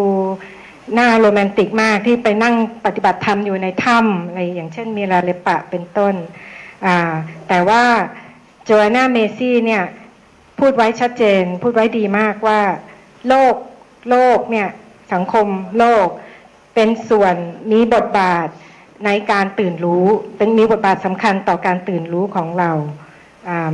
การที่เราเรียนรู้ที่จะสัมพันธ์กับโลกบนเส้นทางจิตวิญญาณเนี่ยนี่คือการตื่นรู้ที่แท้ Ram Das, an American teacher, he said to his students, so you think you're enlightened, huh? Go spend the holidays with your family. See how it goes. I think you get the point, yes? I began my Buddhist practice in Hawaii a long time ago, and it was the Maui Zendo, a very small, and basically most of us were hippies. But we were very serious about our practice, and many people had insights. In Zen, we would say kensho. It's one thing to have an insight, but what about integrating that into how you actually live? That is the greater challenge. Integrating what you realize into how you actually relate to other people. That's the point, you see. We need other people to help us integrate whatever we realize into how we actually live. And that's why the Bodhisattva path can help us do that. That you could even say the person who benefits most from the Bodhisattva's activity is the Bodhisattva herself. I think so. โอเครามดัสคนอเมริกันเขาบอกว่าคุณคิดว่าคุณตื่นรู้แล้วเหรอลองไปใช้เวลากับคนในครอบครัวสักหน่อยสิก็จะรู้เหมือนว่าไปใช้เวลาในช่วงวันหยุดกับครอบครัวแล้วจะรู้ว่าคุณเนี่ยรู้แจ้งจริงหรือเปล่าโอเคสำหรับผมเนี่ยผมก็เริ่มปฏิบัติธรรมนะในฮาวายที่มาวี เซนโดอยู่ที่เมาอีช่วงนั้นเราก็เป็นฮิปปี้กันนั่นแหละแต่ว่าเราก็จริงจังกับการปฏิบัติมากแล้วหลายคนเนี่ยก็เหมือนกับว่าตื่นรู้และมีแบบความเข้าใจอะไรขึ้นมาแต่ว่าซึ่งภาษาญี่ปุ่นเรียกว่าเคนโซแต่ว่าเราสามารถที่จะนำสิ่งที่มันปิ๊งขึ้นมาเราเข้าใจขึ้นมาเนี่ยเอามาใช้กับชีวิตจริงๆในการอยู่กับคนอื่นได้หรือเปล่าได้แค่ไหนเราเนี่ยต้องมีคนอื่นอยู่ด้วยเพื่อที่จะสามารถนำสิ่งที่เราได้เนี่ยมาปฏิบัติกับมันจริงๆเพราะฉะนั้นในเส้นทางของพระโพธิสัตว์เนี่ยเขาบอกว่าคนที่ได้รับประโยชน์สูงสุดก็คือตัวของพระโพธิสัตว์เอง So that is the first point, that the Bodhisattva has a double path, personal transformation, working for social transformation, but these two paths are connected. They need each other. Yeah. The second point, I think today, frankly, we have a deeper and better understanding of dukkha, of suffering. And this is the primary concern of the Bodhisattva, to address suffering. And I think we can see now, at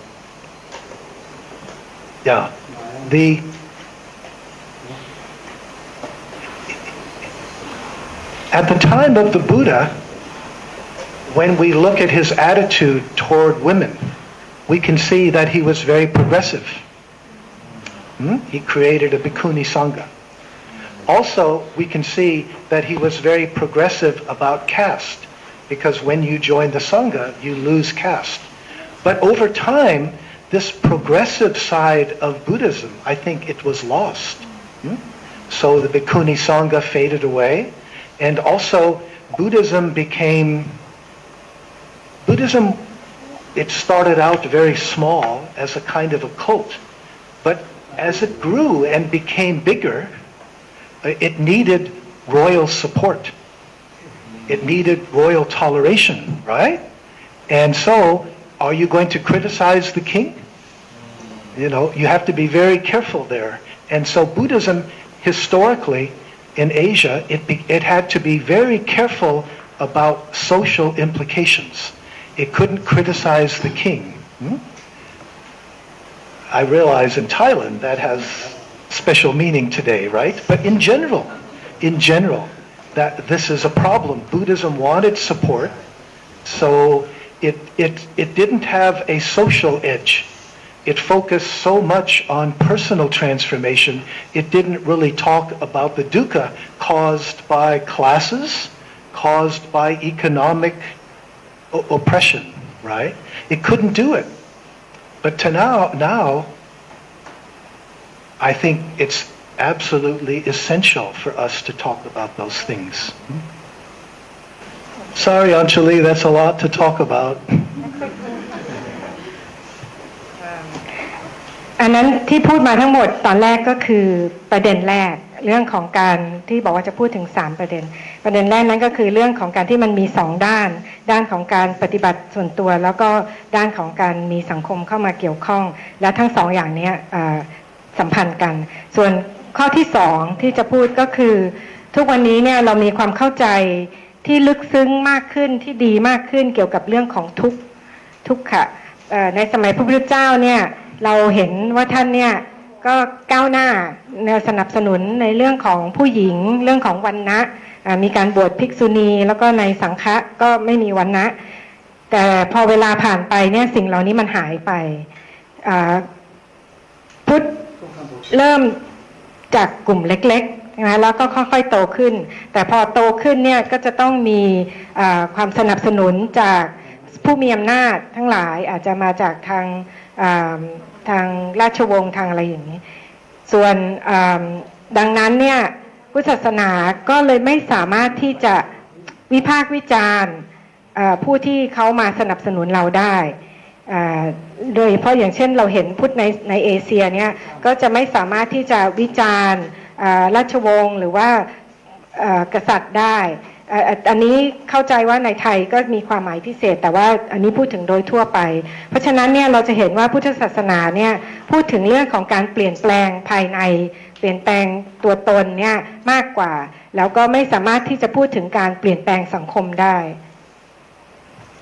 So we need, and I think we have a deeper understanding of dukkha today. For example, most of us here, we are familiar with the three poisons, also known as the three fires, right? Greed, ill will, and delusion. Traditionally, Buddhism has talked about these as individual problems that we have to deal with in our practice. Today, however, I think we can see they're not only individual problems, they are collective problems. They are institutionalized problems. We have institutionalized them. For example, institutionalized greed. If greed means that you never have enough, I think that's our economic system that always wants to keep growing, right? Never enough, more profit, more market share, bigger and bigger corporations, right? But why is more and more always better if it's not enough? And of course, this is connected with consumerism. Institutionalized ill will, well, we think about our military establishments. Huge military. Last year, the world's nations spent about $2.2 trillion on their military. A horrible wasting of resources, right? And then also institutionalized delusion. Well, think about the media. Think in America, I talk about Fox News or Facebook or the way that the internet captures our attention. So these problems, greed, ill will, delusion, they are not only personal problems, they have become institutionalized. And it means we have to find ways to work together to challenge these institutionalized poisons too. Sorry, Anjali, a lot there again. Yeah. โอเคในศาสนาพุทธเรามักจะพูดถึงความยาพิษ3ประการหรือไฟ3ประการก็คือโลภโกรธหลงเราเมื่อก่อนเนี้ยเรามองว่านี่เป็นเรื่องส่วนตัวเป็นเรื่องที่เราต้องก้าวผ่านเป็นเรื่องที่เราต้องฝึกปฏิบัติกับมันแต่จริงๆแล้วมันไม่ใช่เป็นเรื่องส่วนตัวมันเป็นเรื่องของส่วนรวมด้วยอย่างเช่นเราเห็นในระบบในสังคมของเราในสถาบันต่างๆความโลภอย่างเช่นความโลภเนี่ยมันหมายถึงการที่เรามีไม่เพียงพอเราต้องการที่จะเติบโตมากขึ้นต้องการให้มีมากขึ้นหรืออย่างเช่นในเรื่องของสถาบันที่มีเจตนาที่ไม่ดีอย่างเช่นเรื่องของการทหารที่จะมุ่งเรื่องสงครามเนาะก็มีสถิติว่าในการทหารของโลกเนี่ยเงินที่ทุ่มไปทั้งหมดเนี่ยอยู่ที่ 2.2 ล้านเหรียญดอลลาร์ซึ่งมันเป็นเงินที่สูญเสียไปกับสิ่งที่เลวร้ายนอกจากนั้นเราก็ยังเห็นเรื่องของความหลงอย่างในสถาบันอย่างเช่นโดยเฉพาะสถาบันสื่อถ้าเป็นของอเมริกาก็จะพูดถึง Fox News พูดถึง Facebook หรืออินเทอร์เน็ตต่างๆซึ่งตอนนี้เนี่ยมันหมายความว่าเราจะต้องมาหาวิธีที่จะต่อต้านกับความโลภโกรธหลงที่มันไม่ใช่เรื่องส่วนตัวต่อไปอีกแล้วมันเป็นเรื่องของส่วนรวมเราต้องมามองกันว่าเราจะหาวิธีที่จะต่อต้านมันได้อย่างไร I started Zen practice in the early 1970s, and since then there has been a very important development in American Buddhism. Maybe it's the same here in Thailand, I don't know, but a lot more realization about the importance of social engagement. And so people in America, Buddhists realize how it's important to do things like homeless shelters, kitchens to help homeless people, or prison dharma. You have Buddhist teachers going into prisons to teach inmates how to meditate, for example, or hospice at the end of life, that Buddhists can be very helpful being with people who are dying. All of this is wonderful, but still it's working only on the individual level. You can say that American Buddhism, we are better at helping to pull drowning people out of the river. We're better at doing that, but we're not very good yet about asking, why are there so many more people drowning in the river? Yeah? We have to look at the larger social issues about what is creating the problems rather than simply trying to help individuals.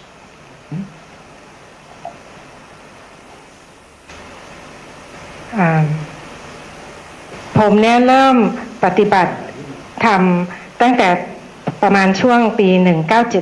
1970 แต่ตั้งแต่นั้นมาเนี่ยพุทธศาสนาในอเมริกาเนี่ยเติบโตขึ้นมากแล้วก็มีการตระหนักเข้าใจซึ่งในเมืองไทยอาจจะเหมือนกันก็ได้ในอเมริกาเนี่ยเราเริ่มเข้าใจว่าพุทธเพื่อสังคมเนี่ยเป็นสิ่งที่สำคัญอย่างเช่นในอเมริกาก็จะมีคนให้ความสำคัญกับเรื่องต่างๆเช่นเรื่องของการไปช่วยคนไร้บ้านไปช่วยทำอาหารไปช่วยสอนธรรมะในคุกหรือไปช่วยคนที่กำลังคนป่วยใกล้ตายเนาะเราจะเห็นว่าพุทธศาสนาเนี่ยมีประโยชน์มากสามารถช่วยเหลือคนได้แต่เหล่านั้นเนี่ยเป็นการทำงานแค่ในระดับส่วนตัวระดับปัจเจกเหมือนกับว่าเราเนี่ยกำลังดึงคนที่กำลังจมน้ำขึ้นมาอันนี้เราทำได้ดีมากแต่เราไม่ถามว่าเรายังไม่ดีพอคือเราไม่ถามว่าทำไมถึงมีคนที่จมน้ำเนี่ยมากขึ้นซึ่งมันจะต้องมาดูที่ระบบของสังคมมาดูที่โครงสร้างมาดูที่ว่าอะไรเป็นตัวปัญหาที่ทำให้คนเนี่ยจมน้ำมากขึ้นBill McKibben is a very important figure in American climate movement, right? When he was in Paris for the talks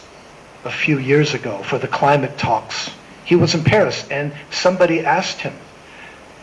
the problem is so difficult, what can I do as an individual? And he said, stop being an individual. Interesting. When it comes to climate change, the climate crisis, yes, we have to reduce our carbon footprint, but we have to do much more. In order to address the larger problems, we have to work together.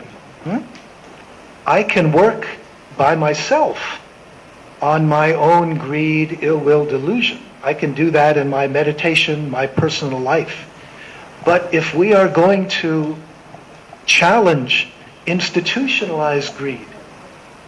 institutionalized ill will, institutionalized delusion, then we have to create stronger songs, stronger communities, and do together.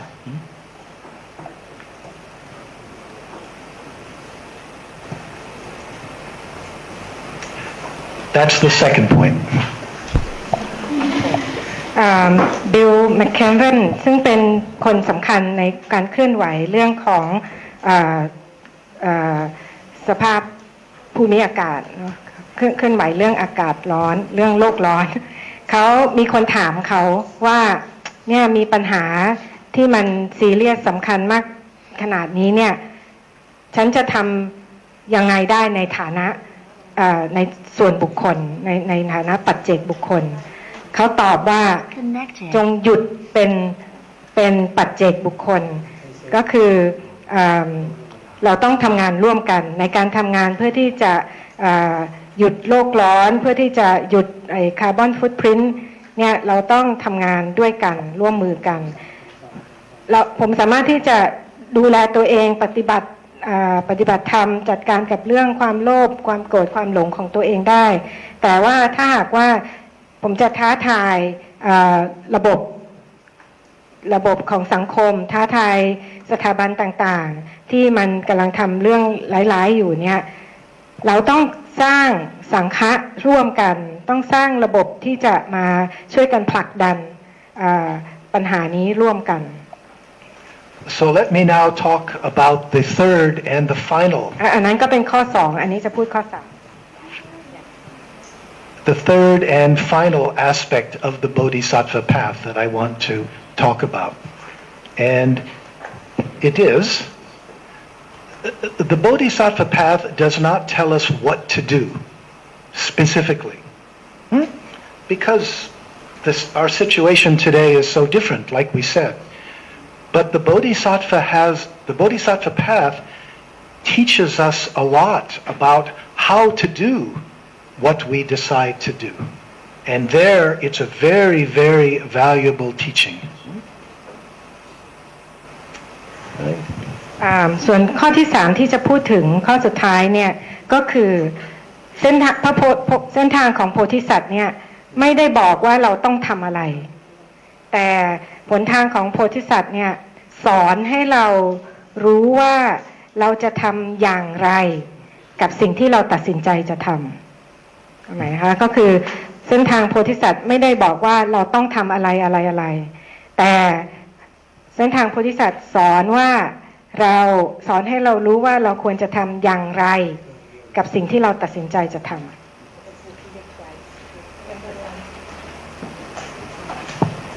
So, what is the most important and distinctive and powerful thing about the Bodhisattva path is that although Bodhisattvas do the very best they can, they act without attachment to the results. Yes, go ahead. Okay. สิ่งที่สำคัญที่สุดที่มีพลังมากที่สุดบนหนทางแห่งโพธิสัตว์ก็คือถึงแม้ว่าโพธิสัตว์จะทำทุกอย่างอย่างเต็มที่อย่างดีที่สุดแต่พวกเขาจะไม่ยึดติดกับผลที่จะได้ In the Pali Canon, the Buddha says that the actions of an enlightened person are nirasa. I don't know if I pronounce it right, nirasa, but usually translated as without expectation. And some people even say without hope. And it's not only in the Pali Canon, but also in the Tibetan teaching, the Lojong teaching. It says, abandon any expectation of fruition, of result. Don't get caught up in how you will be in the future, in what will happen in the future, but stay in the present moment. And this is not only Buddhist, but we find it in other religions too. For example, the Bhagavad Gita, the most important Hindu text. The Bhagavad Gita talks about different paths to God. And one of the paths is karma yoga, the karma, the path of action, right? Karma literally means action. But what does it say? The emphasis is on non-attachment to result. Your right is to the work, never to the fruits. So in this path, again, we do the best we can, but in a non-attached way, because we know that we can't control the results.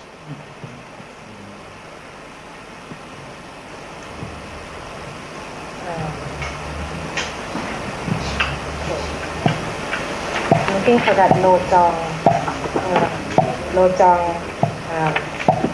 Lojong teaching? Yeah. Non-attachment to Power it off. Not attachment to results, Yeah, not yeah. attachment to the fruit. ในพระสูตร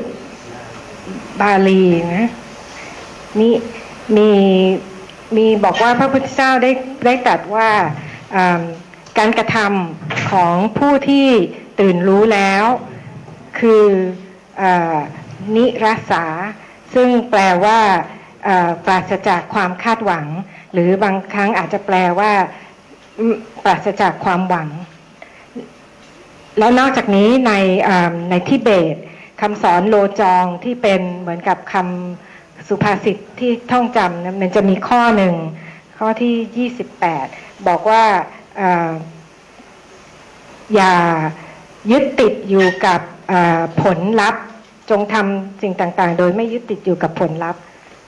หาไม่เจอเดี๋ยวก่อนแต่ประมาณนี้ค่ะแล้วก็ในคัมภีร์ภัคควทิตาก็มีการบอกว่าให้จงabandon the path ก็คือให้ละทิ้งเส้นทางก็คือทุกอย่างเน้นอยู่ที่ว่าการไม่ยึดติดกับผลลัพธ์มีคำกล่าวที่ว่าคุณเนี่ยมีสิทธิ์ที่จะทำงานแต่ไม่มีสิทธิ์ที่จะหวังผล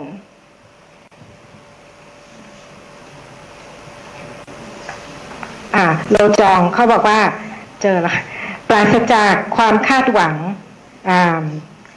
ละทิ้งความหวังความคาดหวังที่จะบรรลุผลอย่าจมอยู่กับว่าคุณจะเป็นอย่างไรในอนาคตจงอยู่กับปัจจุบันขณะ When we say non-attachment to results, actually that's a little bit dangerous because it's so easy to misunderstand it. Results are important, but it's important for us not to be attached, you see. Buddhism has always emphasized our intentions, our motivations. And the danger is you might think, oh, it doesn't matter if it happens. The only thing that's important is how pure my intention is. And that is a serious misunderstanding, I think. It's not simply the purity of our minds. There's something more involved here.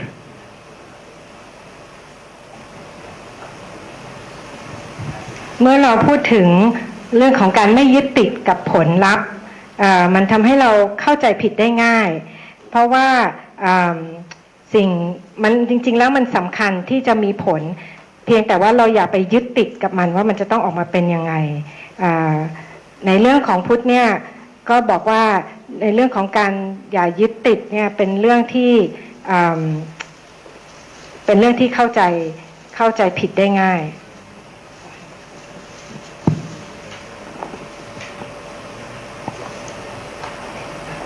So let me move to a conclusion by unpacking a little bit. What does non-attachment to results really mean? It's important for us to understand this in the right way. Yeah? Let me begin with an example. Consider the difference between running a 100-meter dash. Suppose you are a sprinter, right? A 100-meter dash and running a marathon, right? When you run a 100-meter dash, you don't have time to think about anything else, right? It's just getting to the finish line as quickly as possible, right? But if you try to run a marathon that way, what will happen? You will burn out very quickly, right? To run a marathon, it needs a different mindset.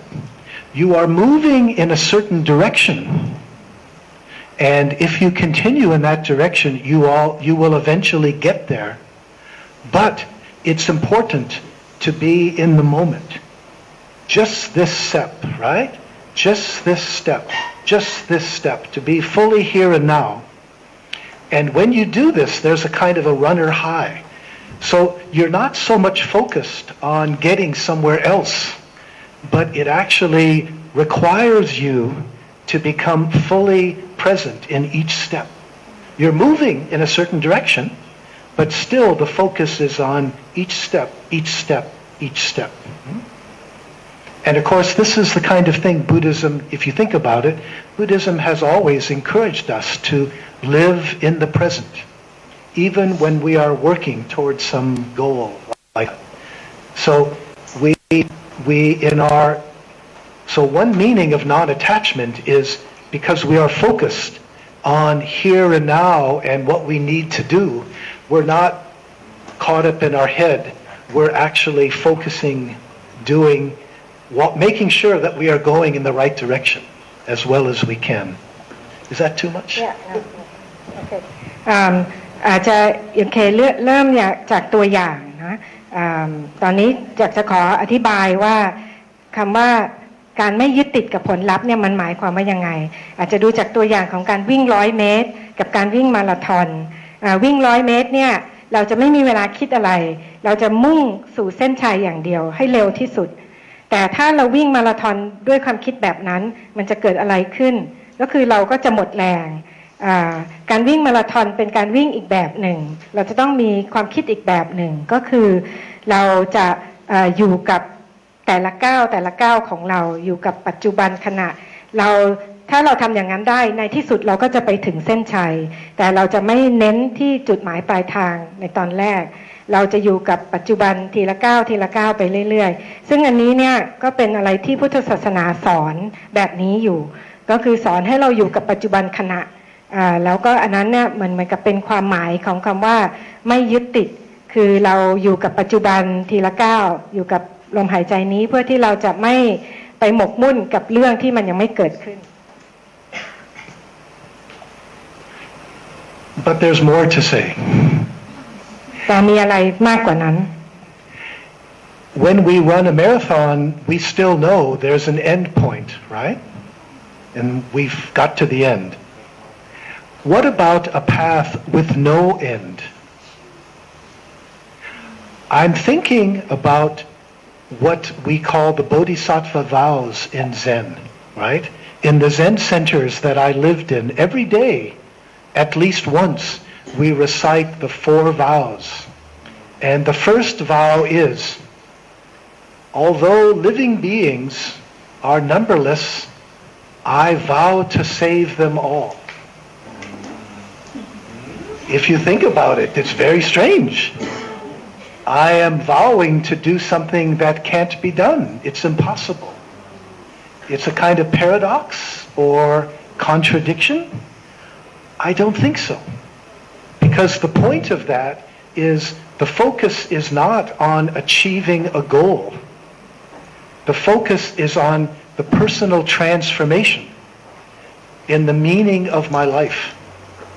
So to take the Bodhisattva vow is to say, the meaning of my life is not about what's in it for me, how I can become rich or famous or something, but it's really always doing what I can to help other people and knowing that there is never any end to that. And so what we're really talking about is a transformation of our character and the transformation of the meaning of one's life instead of self-centeredness to be devoted to promoting the well-being and the awakening of everyone.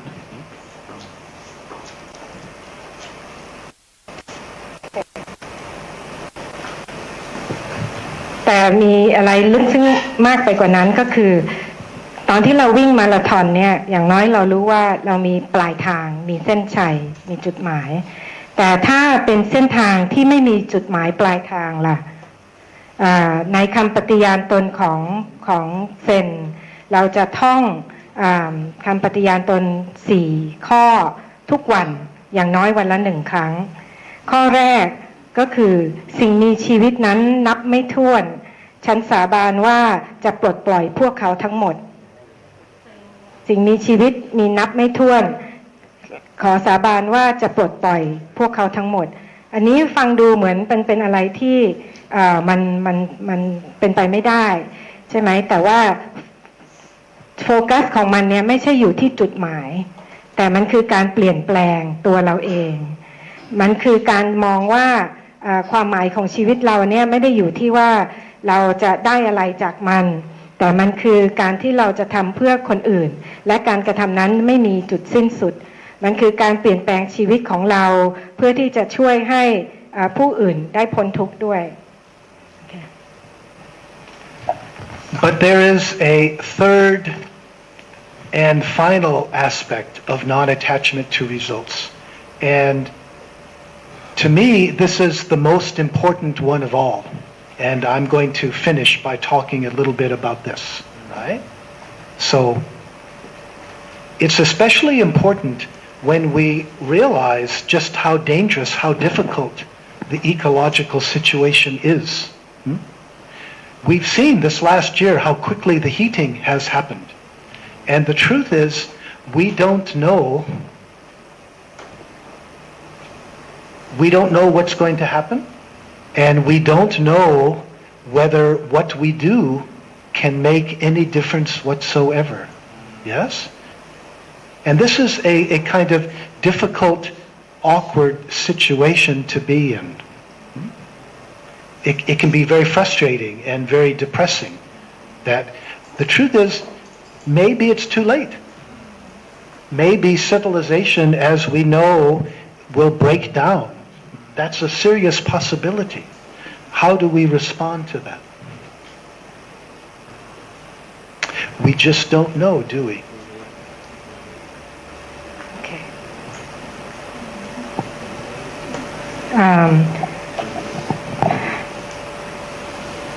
แง่มุมมองอันที่3และสุดท้ายที่จะพูด เกี่ยวกับเรื่องของการไม่ยึดติดและจะเป็นการก่อนที่จะพูดจบนะคะก็คือจะพูดเรื่องนี้เป็นข้อสุดท้ายมันสำคัญมากที่เราจะเข้าใจสถานการณ์ความตึงเครียดความร้ายแรงของระบบนิเวศเราเห็นได้ว่าโลกมันร้อนขึ้นทุกวันเราไม่รู้ว่ามันจะเกิดอะไรขึ้นเราไม่รู้เลยว่าสิ่งที่เราทำเนี่ยจะได้ผลหรือเปล่ามันอาจจะทำให้เราท้อแท้เราอึดอัดเราไม่สบายใจแล้วมันก็อาจจะสายเกินไปแล้วก็ได้มันเป็นไปได้ที่มันไม่มีความหวังแล้วสำหรับโลกนี้เราจะตอบสนองกับมันยังไงเราไม่รู้เลย So we don't know what's going to happen. We don't know what can happen. We don't know whether what we do can make any difference. But it's interesting that in my tradition, in the Zen tradition in particular,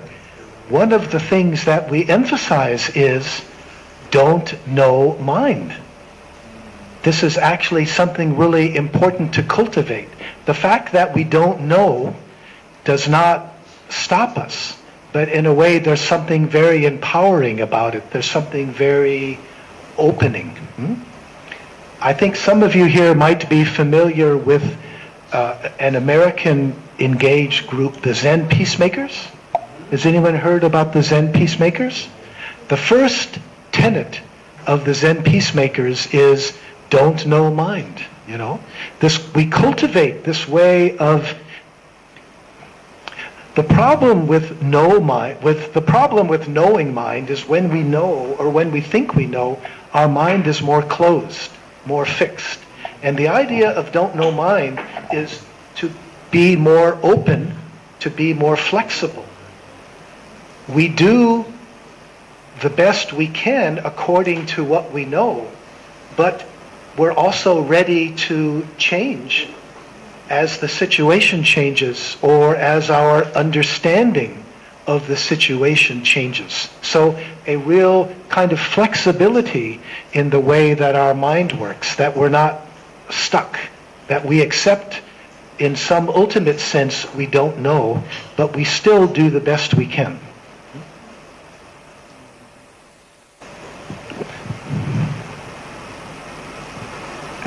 เราไม่รู้ว่าจะเกิดอะไรขึ้นเราไม่รู้ว่าเราจะแก้ไขอะไรได้เราไม่รู้ว่าเราจะทำอะไรได้ ในคำสอนของเซนมีอยู่คำหนึ่งก็คือจิตที่ไม่รู้ซึ่งเป็นอะไรที่สำคัญที่เรา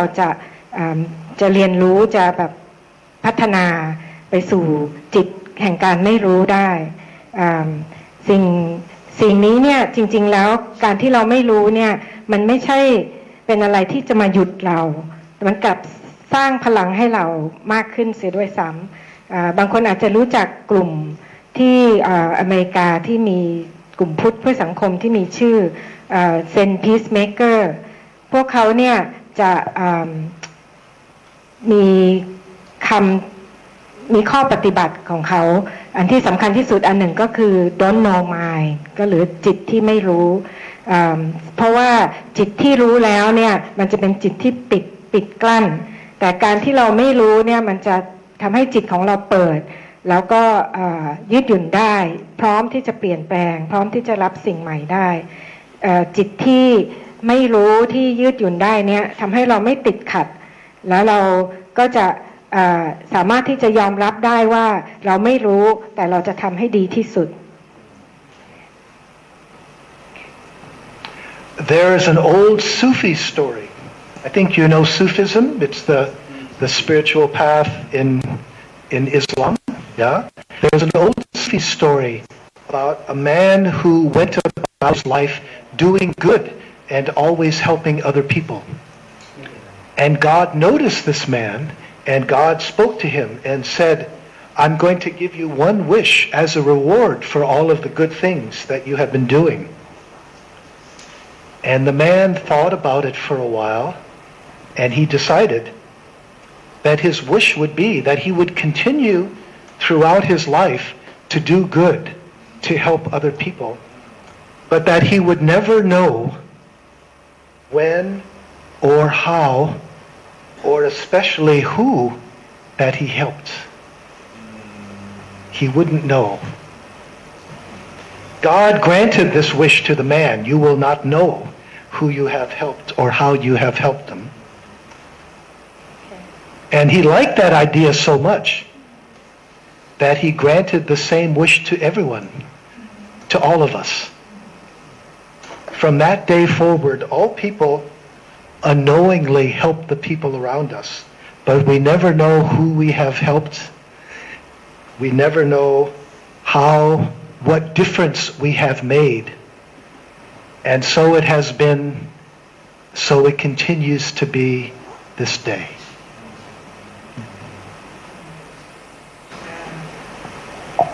ในเรื่องซูฟีซึ่งเป็นกลุ่มทางจิตวิญญาณของศาสนาอิสลามก็มีเรื่องเล่าว่าผู้ชายคนหนึ่งเขาทำความดีช่วยเหลือผู้คนอยู่ตลอดเวลาพระเจ้าก็ประทับใจแล้วก็อยากจะให้รางวัลก็เรียกมาแล้วก็ถามว่าอะไรผู้ชายคนนั้นก็คิดสักพักหนึ่งแล้วก็ตอบว่าขอให้เขาสามารถที่จะทำดีช่วยเหลือคนอื่นต่อไปแต่ขอให้เขาไม่รู้ว่าเขาเนี่ยช่วยใครที่ไหนอะไรยังไง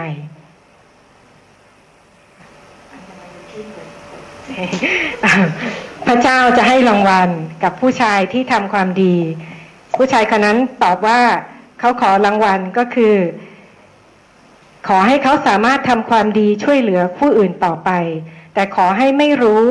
เขาไม่รู้ว่าเขาช่วยใครช่วยยังไงช่วยที่ไหนอย่างไรพระเจ้าชอบสิ่งที่เขาตอบมากพระเจ้าชอบคำตอบของเขามากก็เลยมอบพรนี้ให้กับทุกๆคนในโลกนี้และนับแต่วันนั้นมาพวกเราทุกคนก็ไม่รู้ว่าเราช่วยใครที่ไหนอะไรยังไงตราบจนทุกวันนี้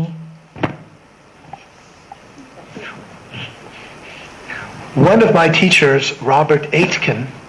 he liked to say, our task, our spiritual job,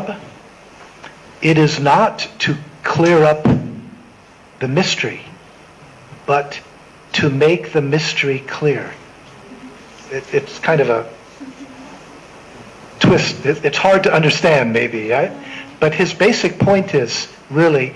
on the spiritual path, it's not as though suddenly, now I understand everything, how everything is working. In a way, it's the opposite. The problem is we always think we understand and we open up. We learn on the spiritual path. We open up. There's an essential mystery, right? This world is mysterious, how things happen. Some things we can understand, but there's a fundamental mystery. And on the spiritual path, it's about being open to this mystery while we do the best we can to be compassionate and to help other people. Robert Aitken Roche ซึ่งเป็นครูของผมได้ เคยพูดว่าภาระหน้าที่ของเราบนเส้นทางจิตวิญญาณเนี่ยไม่ใช่เป็นการไขปริศนาต่างๆให้มันกระจ่างขึ้นแต่เป็นการทำให้ปริศนาเหล่านั้นเนี่ยมันชัดเจนก็คือภาระหน้าที่ของเราไม่ใช่ที่จะไปแก้ไขทำในสิ่งที่ลึกลับต่างๆให้มันประจักษ์เห็นแต่ว่าทำให้สิ่งเหล่านั้นเนี่ยมันชัดว่ามันอยู่ตรงนี้อยู่ตรงนี้แต่ไม่ได้เข้าไปแก้ไขให้มันเข้าใจแจ่มแจ้งแต่ให้รู้ว่ามันอยู่ตรงนั้นบนหนทางของจิตวิญญาณไม่ใช่ว่าเราจะสามารถเข้าใจได้ทุกอย่างแต่ตรงกันข้ามก็คือปัญหาคือเราคิดว่าเราเข้าใจแต่จริงๆแล้วเนี่ยเราไม่ได้เข้าใจพอเราเปิดกว้างเราเรียนรู้เราก็จะสามารถที่จะอยู่กับความลึกลับความเป็นปริศนาของสิ่งต่างๆได้และสามารถทำงานต่อไปได้ I think it's important to see that what we're talking about here, it's not optimism, pessimism, or hope and despair. These are head trips, right? Optimism, pessimism, they tend to go together. It's a kind of dualistic thinking about the future. Optimism, things will get better. Pessimism, things will get worse. Or hope and despair. These are actually dangerous ways of thinking. Because we end up, there's a kind of a grasping that we want things to be a certain way, and when they're not going to be the way that we want them to, then we can feel very frustrated, right? It's really important to distinguish, I think, between despair and grief, right? Despair is thinking about the future and what's going to happen in the future. And maybe we lose hope. Despair, hope, they feed off each other.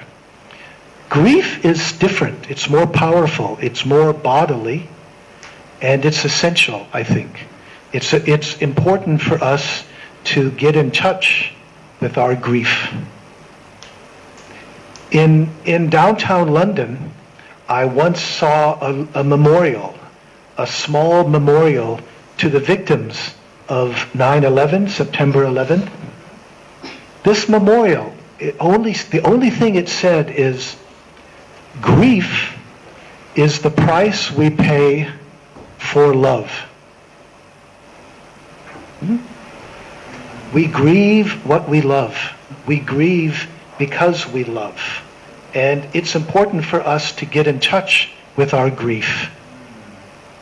Because given the state of the world, given what's happening, I think we all have some grief. It's the price of love. But it's also something that we should appreciate. It seems to me, in my own life, my own grief for what's happening sometimes is very precious. It's a reminder of what I love. And also the grief, it makes a difference in how I live. You can say that the grief is a constant reminder. Don't get caught up. Don't get caught up in little things. It always reminds me what's really important. It helps cut through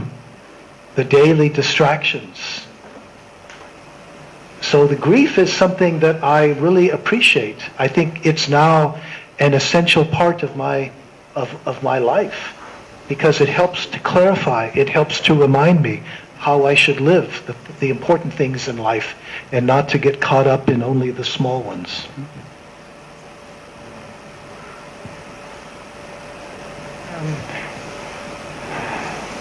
เราพูดถึงสภาวะของความเป็นทวินิยมคือเป็นสองด้านอย่างเช่นเรื่องของการมองโลกในแง่ดีมองโลกในแง่ร้ายเรื่องของความหวังความผิดหวังจริงๆแล้วการคิดแบบนี้เป็นการยึดติดอยู่กับ ว่าเราต้องการให้มันเป็นแบบหนึ่งพอมันไม่เป็นดังที่เราปรารถนาเราก็รู้สึกไม่พอใจกับมันแล้วก็อยากจะขอมองว่าจริงๆแล้วสองด้านเหล่านี้เนี่ยมันไปด้วยกันมันเสริมกันและกันได้อย่างเช่นมองในเรื่องของคำว่า despair กับ grief despair คือความหมดหวังซึ่งมากับความหวังแต่ว่า grief นี่คือความโศกเศร้าซึ่งมันมีพลังมากกว่ามันสำคัญมากที่เราจะเชื่อมโยงสัมพันธ์กับความโศกเศร้าของเราครั้งหนึ่งเนี่ยผมอยู่ที่ดาวน์ทาวน์ลอนดอนอยู่ใจกลางเมืองลอนดอนแล้วก็ได้ไปเจอกับการรำลึกถึงเหตุการณ์ 9/11 มีคำเขียนสั้นๆว่าความโศกเศร้าคือราคาที่เราต้องจ่ายให้กับความรักเราโศกเศร้าเพราะว่าเรารักมันสำคัญที่จะเชื่อมโยงหรือสัมพันธ์กับความโศกเศร้าของตัวเองมันเป็นสิ่งที่เราชื่นชมได้เพราะว่ามันทำให้เราสามารถจะเปลี่ยนชีวิตได้ในชีวิตของผมเองเนี่ยความโศกเศร้าเป็นเครื่องเตือนใจให้เรานึกถึงสิ่งที่เราเคยรักแล้วก็ทำให้เราเห็นว่าอะไรสำคัญอะไรไม่สำคัญสามารถที่จะปล่อยวางสิ่งที่มันเป็นเรื่องลบได้เพราะฉะนั้นความโศกเศร้าทำให้เราเห็นชัดเจนขึ้นสอนให้เราใช้ชีวิตได้ดีขึ้นสอนให้เรารู้จักรักได้มากขึ้น How are you doing? You're tired? No, I'm good. An American writer, Wendell Berry, wrote, "We don't have the right to ask whether we will succeed or not. The only question we have the right to ask is, what is the right thing to do?" โอเค เวนเดลเบอรี่ซึ่งเป็นนักเขียนชาวอเมริกันเนี่ยเขียนไว้ว่าบอกไว้ว่าเราไม่มีสิทธิ์ที่จะถามว่าเราจะทำอะไรสำเร็จหรือเปล่า and the only question we can ask is what What is the right thing โอ to เค do? แล้วก็สิ่งที่เราโอเคเวนเดลเบอรี่บอกว่าเราไม่มีสิทธิ์ที่จะมาถามว่าเราจะสำเร็จหรือไม่แต่สิ่งที่เราถามได้สิ่งเดียวก็คือเราจะทำในสิ่งที่ถูกต้องอย่างไร So, to pull all this together, this points to the deepest meaning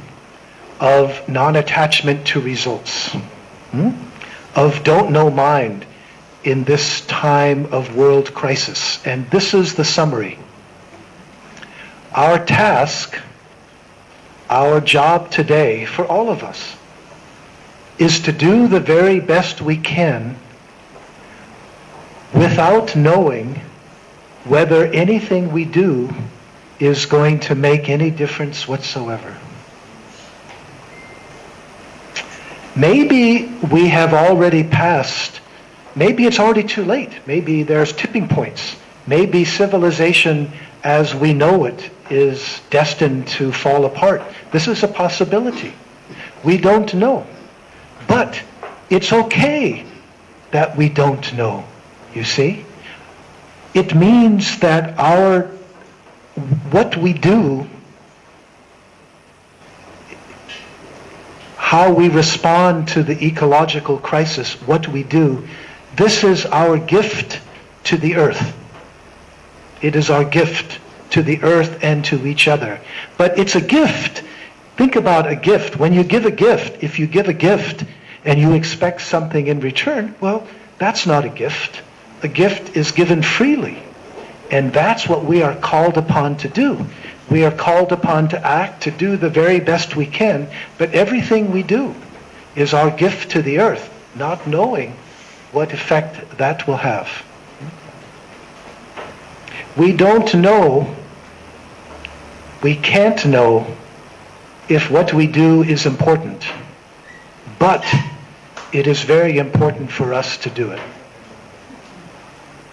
Does that make sense? Yeah?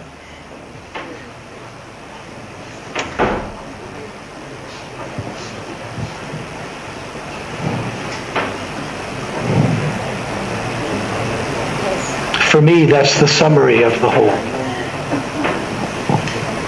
The whole of the Bodhisattva, the kernel, the heart, the core of the Bodhisattva path.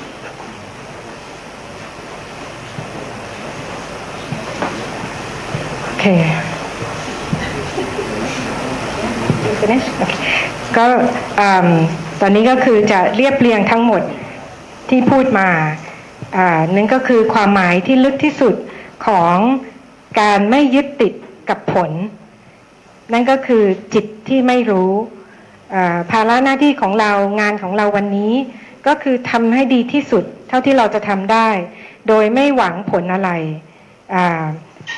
โดยที่เราไม่รู้ว่าเราจะสร้างความเปลี่ยนแปลงอะไรได้หรือเปล่ามันอาจจะสายเกินไปแล้วบางที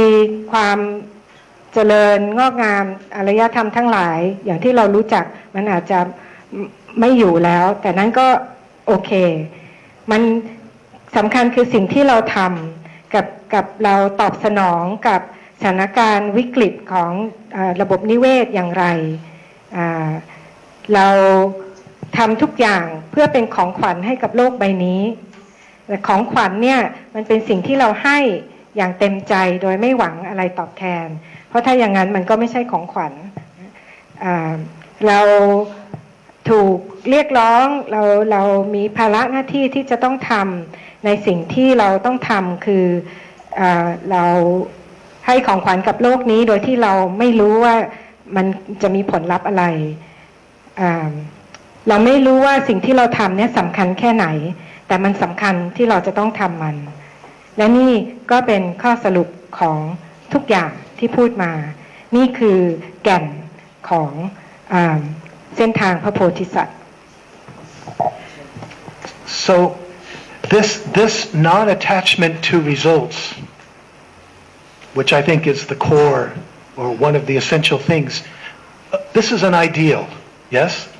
And we have to be honest. Maybe sometimes we don't live up to the ideal. It's very hard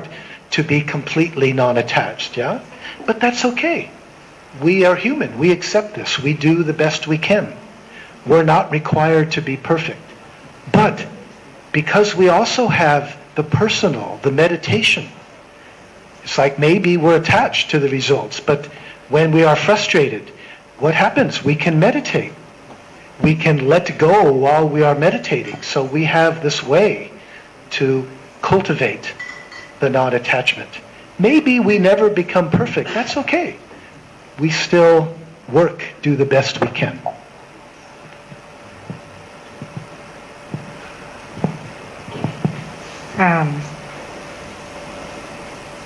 เรื่องของการไม่ยึดติดอยู่กับผลเนี่ยบางทีมันก็เป็นเหมือนแค่เรื่องของความคิดเป็นอุดมคติอย่างหนึ่งแต่พูดจริงๆแล้วบางครั้งเราก็ไม่สามารถที่จะทำตามแบบนั้นได้แต่มันก็โอเคเพราะเราเป็นแค่มนุษย์คนหนึ่งเราไม่จำเป็นต้องทำให้มันได้ดีที่สุดแล้วก็เมื่อเราเครียดเมื่อเราเหนื่อยล้าจริงๆแล้วเราสามารถที่จะกลับมาอยู่กับตัวเรามานั่งสมาธิแล้วก็สามารถที่จะอยู่กับตัวเองให้เวลาตัวเองอันนี้นี่ก็เป็นสิ่งที่ดีที่สุดที่เราจะทำได้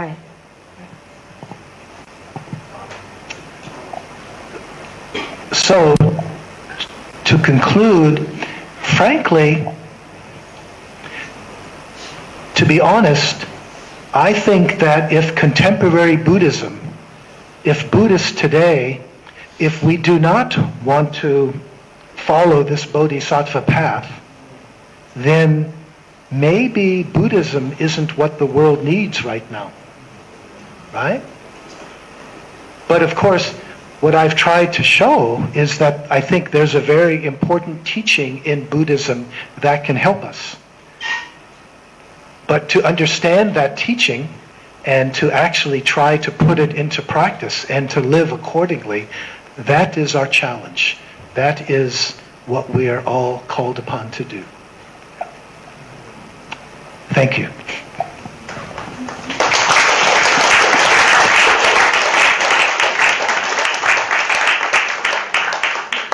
สรุปจริงๆก็คือถ้า พุทธศาสนาในทุกวันนี้เนี่ยถ้าหากว่าพุทธศาสนาทุกวันนี้ไม่เดินตามเส้นทางของพระโพธิสัตว์พุทธศาสนาก็อาจจะไม่ใช่สิ่งที่โลกต้องการในทุกวันนี้แต่ผมพยายามพูดว่าจริงๆแล้วพุทธเนี่ยก็มีอะไรที่เราสามารถนำมาใช้ให้เป็นประโยชน์ได้เพียงแต่ว่าเราจะมองว่าเราจะนำมันมาใช้ได้อย่างไรขอบคุณค่ะ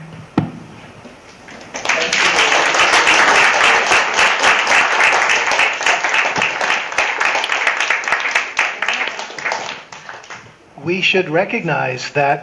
whenever there's this kind of translated talk, the translator works twice as hard as the speaker. She has to understand everything I say, and then she has to say it again.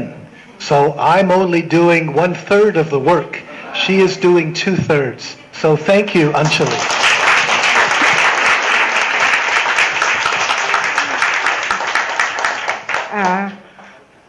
Okay, let's get to the question. ขออนุญาตแปลให้ก็คือก็ขอบคุณพี่อัญชลีที่ช่วยแปลเพราะว่าการแปลมันเป็นงานที่หนักยิ่งกว่าคนพูดเพราะว่า1คือจะต้องเข้าใจเนื้อหาแล้ว2คือจะต้องบอกว่าแปลมันออกมาเพื่อให้แบบผู้ฟังได้เข้าใจเนื้อหาเหมือนกันอะไรอย่างเงี้ยค่ะก็เขาก็ขอบคุณพี่อัญชลีที่ช่วยแปลให้ค่ะ We have time for questions.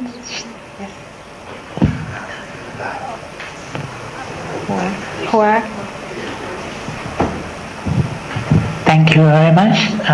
for your talk. First of all, I think it's very inspiring. It's very affirming to what I really am and what I do. I am a transgender woman and I am an activist. So I work to promote rights and peace among LGBT people here in Thailand. Just a little bit of stories. I have, like last week, I think, I was in Sri Lanka and I met with a couple of monk leader and those monks, when they met me, they said one thing, they said the same thing that they haven't talked or meet with a transgender woman before. So I am the first person that they met. And with that said, I think what really reflects me on this talk is I already plant the seed of something that I don't know what it's going to be. But I think I'm not going to worry about, what will be happen after I leave Sri Lanka because that's not my roles anymore. My roles in that moment is just to tell them that in this society, it's not only male and females that exist. LGBT people exist too. And I really appreciate your talk that you mentioned women, you mentioned people from different class, you mentioned people from different intersectional identities. I think it's very important because many Dhamma talk that I've been to never talk about people like me. Never talk about LGBT people. It seems to them that I am never exist in their worlds. And I really appreciate that you try to be very inclusive. But I really want to know also, in Zen Buddhism, is there any, is there any, is there any way that we can, being very progressive and very, try to think about how we can bring marginalized people like LGBT people into the space. I think that's very important because if we know that hate exists in the world, and if we know if sexism exists in the world, and we try to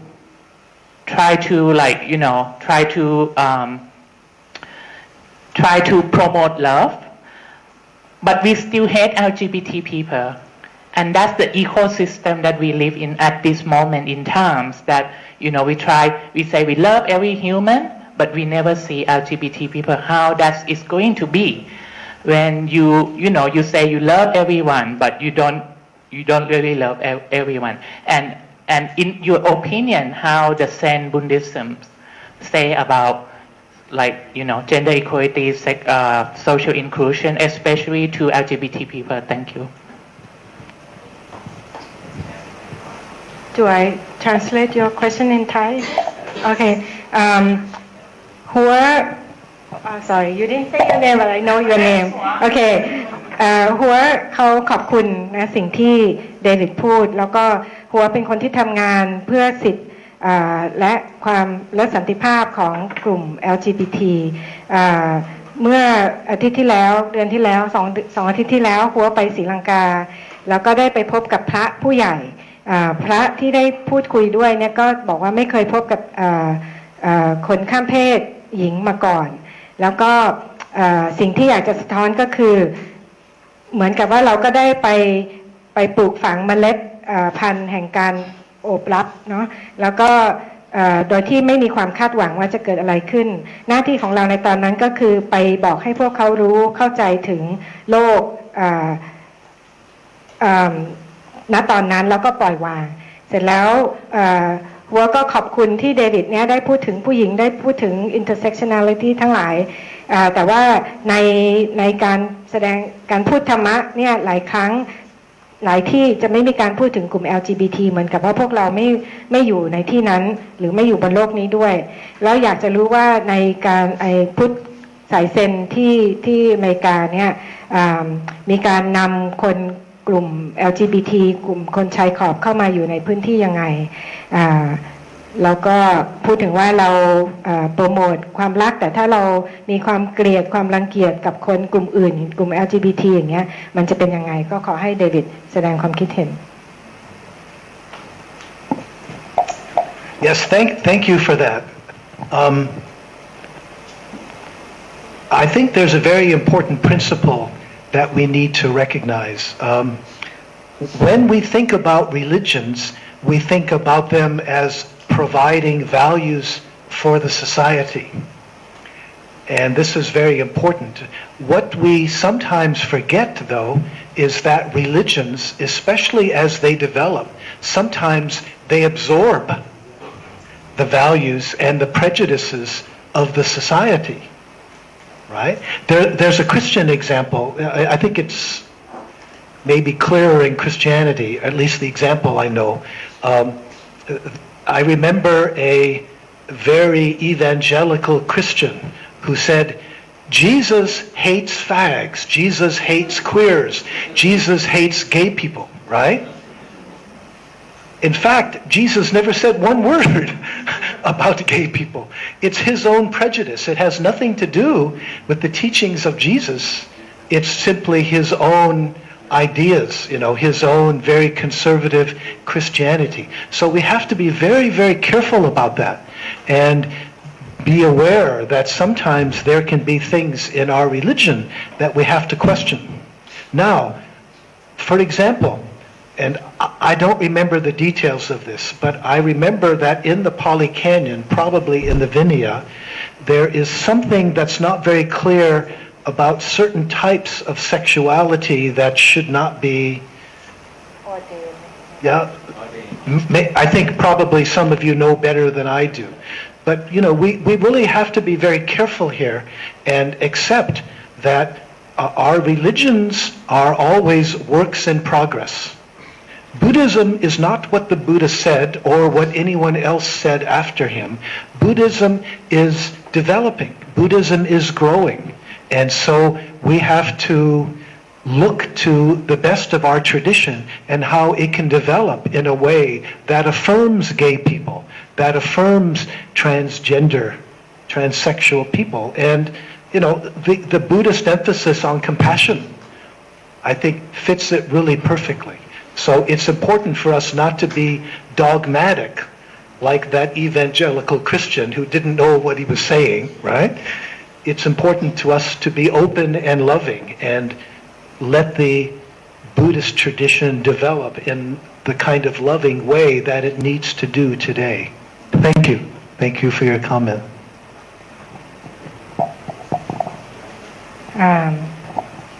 มันมีหลักการอันหนึ่งที่สำคัญก็คือเมื่อเรา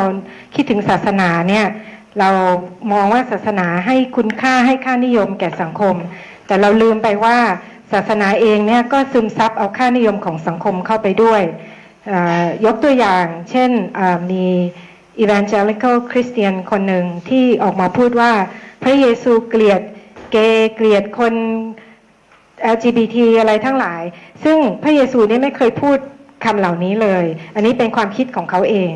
เพราะฉะนั้นเราจะต้องระวังต้องเข้าใจแล้วเราก็จะต้องตั้งคำถามต่อศาสนา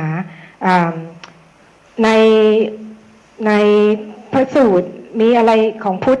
มีอะไรบางอย่างที่ไม่ค่อยชัดเจนจำไม่ค่อยได้ว่ามันอะไรแต่ก็คือพูดถึงเรื่องว่าใครบวชได้บวชไม่ได้ขอให้เราเข้าใจว่าศาสนาพุทธหรือศาสนาอื่นก็เป็นงานเป็นสิ่งที่กำลังพัฒนาไปเรื่อยๆศาสนาพุทธไม่ใช่สิ่งที่พระพุทธเจ้าพูดหรือคนที่พูดตามพระพุทธเจ้าเอามาสอนแต่เราต้องเข้าใจว่าศาสนาพุทธเนี่ยก็เติบโตไปกับโลกเราจะต้องเข้าใจว่าเราต้องมองว่าเราจะทำยังไงให้ศาสนาพุทธสามารถที่จะโอบรับความหลากหลายได้ศาสนาพุทธเน้นเรื่องของความกรุณาอันนี้ก็เป็นเรื่องที่ดีที่เราจะต้องเอามาตีความแล้วก็ให้สามารถที่จะพัฒนาศาสนาพุทธในแบบที่เราต้องการให้มันเป็นสิ่งที่ดีได้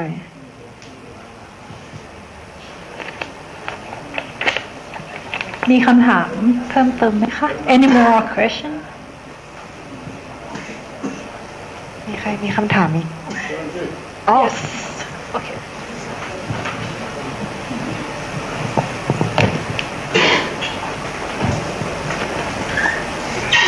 In your speech, you mentioned about three poisons: greed, ill will, illusion. Greed, hatred, ignorance. These are same.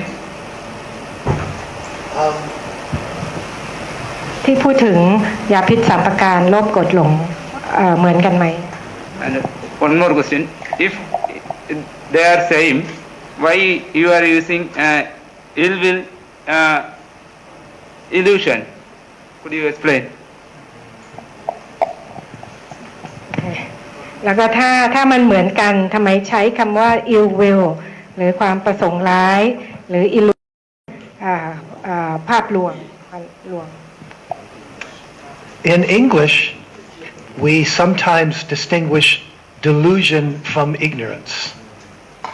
So delusion is one aspect of the three poisons. And it's important to realize here, say Christianity or the Abrahamic religions generally, Judaism, Christianity, Islam, for them,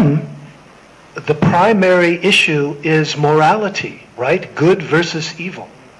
And they're very caught up in like Satan deceiving us. The problem for Christianity and Islam is evil. But the fundamental problem for Buddhism is actually ignorance, that we don't realize the true nature of the world or the true nature of ourselves, right? So the basic idea is that when we don't realize our true nature, especially when we feel separate from other people, then the way that we tend to act, which causes bad karma and all kinds of problems, is we are motivated by greed, ill will, and delusion, wrong thinking. Right? Think of Fox News, or I don't know the equivalent in Thailand, right? But so the three poisons are the ways that ignorance, the fundamental problem, the way that they are the three ways that ignorance tends to manifest or express itself in the world. So I hope that helps. Okay. Wish me luck. ในภาษาอังกฤษคำว่า delusion หรือความหลงกับความเขลา ignorance คำว่า delusion ความหลงเนี่ยเป็นหนึ่งใน3 ยาพิษคือโลภโกรธหลงใช่ไหมคะแต่ว่าพูดถึงในศาสนายิวศาสนาคริสเตียนศาสนาอิสลามเขาจะเน้นเรื่องของคุณธรรมจะเน้นเรื่องของความดีกับความเลวร้ายอย่างเช่นจะมีการพูดถึงว่าซาตานก็กำลังหลอกเรางั้นปัญหาสิ่งที่คริสต์อิสลามมองว่าเป็นปัญหาก็คือ evil ความหดความเลวร้ายแต่ของพุทธเนี่ยปัญหาที่สำคัญของพุทธก็คือ ignorance ความเขลาเบาปัญญาถูกไหมแล้วก็ไม่ถูกชี้ได้อวิชชาโอเคอวิชชา ignorance เราเนี่ยไม่ตระหนักถึงธรรมชาติอันแท้จริงของตัวเองของโลกก็คือเราก็จะปล่อยตัวเราไปตามความโลภความโกรธความหลงของเราจะรู้สึกแปลกแยกแล้วก็ยาพิษทั้ง3เนี่ยก็คือความโลภความโกรธความหลงเนี่ยก็คือการที่เรามีอวิชชามันแสดงให้เห็นใน3แบบอย่างนี้แล้วก็ทำให้เราอยู่ติดกับมันกับความโลภความโกรธความหลงแต่อวิชชากับความหลงคนละอันกันมีคำถามอาจารย์สุรักษ์พอแล้วงั้นอาจจะไปหลังไมค์กันนะคะ Okay, maybe afterwards.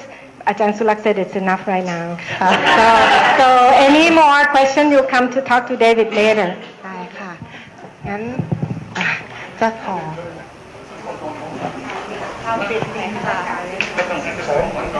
โอเคค่ะงั้นก็เดี๋ยวจะเรียนเชิญคุณสุรศรีนะคะมอบของที่ระลึกให้กับขออภัยค่ะเรียนเชิญคุณชัชวาลมอบของที่ระลึกนะคะให้กับคุณเดวิดแล้วก็คุณอัญชลีค่ะ So next, we would like to invite Kun Chachuan to give the present to David Loy and Kun Anchali.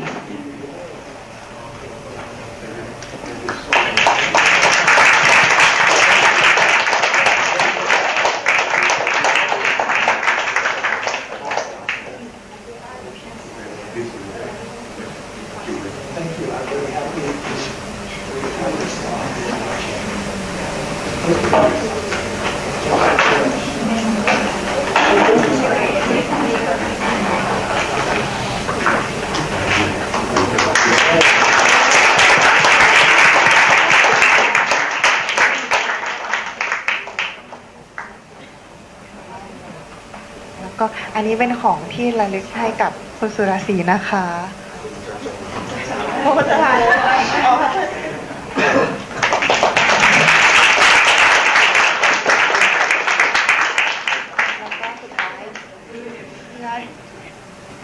แล้วก็ของอาจารย์สุรักษ์ด้วยค่ะ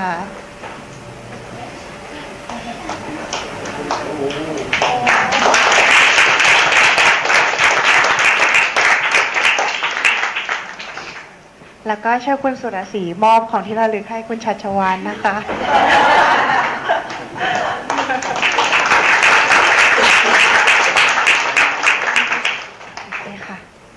ท่านทั้งหลายได้ฟังปาฐกถาและการโต้ตอบกันอย่างน่าสนใจเพราะฉะนั้นไม่มีความจำเป็นที่ผมจะต้องสรุปอีกต่อไปแล้ว You have heard an excellent talk. For those who are not familiar with English, we have a very good Thai translation, and the dialogue afterwards was make it very lively. So no need for me to summarize it. I think you should meditate on what has been said and try to put it into practice, because the world needs healing, and we can all do something to heal the world. Thank you for your attention.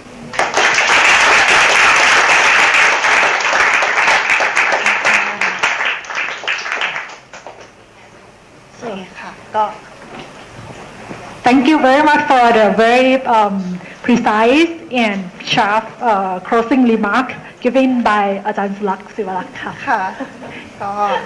สำหรับงานวันนี้ก็พวกเราก็ขอบคุณมากเลยนะคะสำหรับผู้เข้าร่วมนะคะ แล้วก็ขอบคุณนะคะวิทยากรแล้วก็ translator ที่เก่งมากของเรานะคะ So today we very thank you all of you here and also the lecturer David Aloy and including the very good translator คุณอัญชลีคุรุทัศน์ค่ะ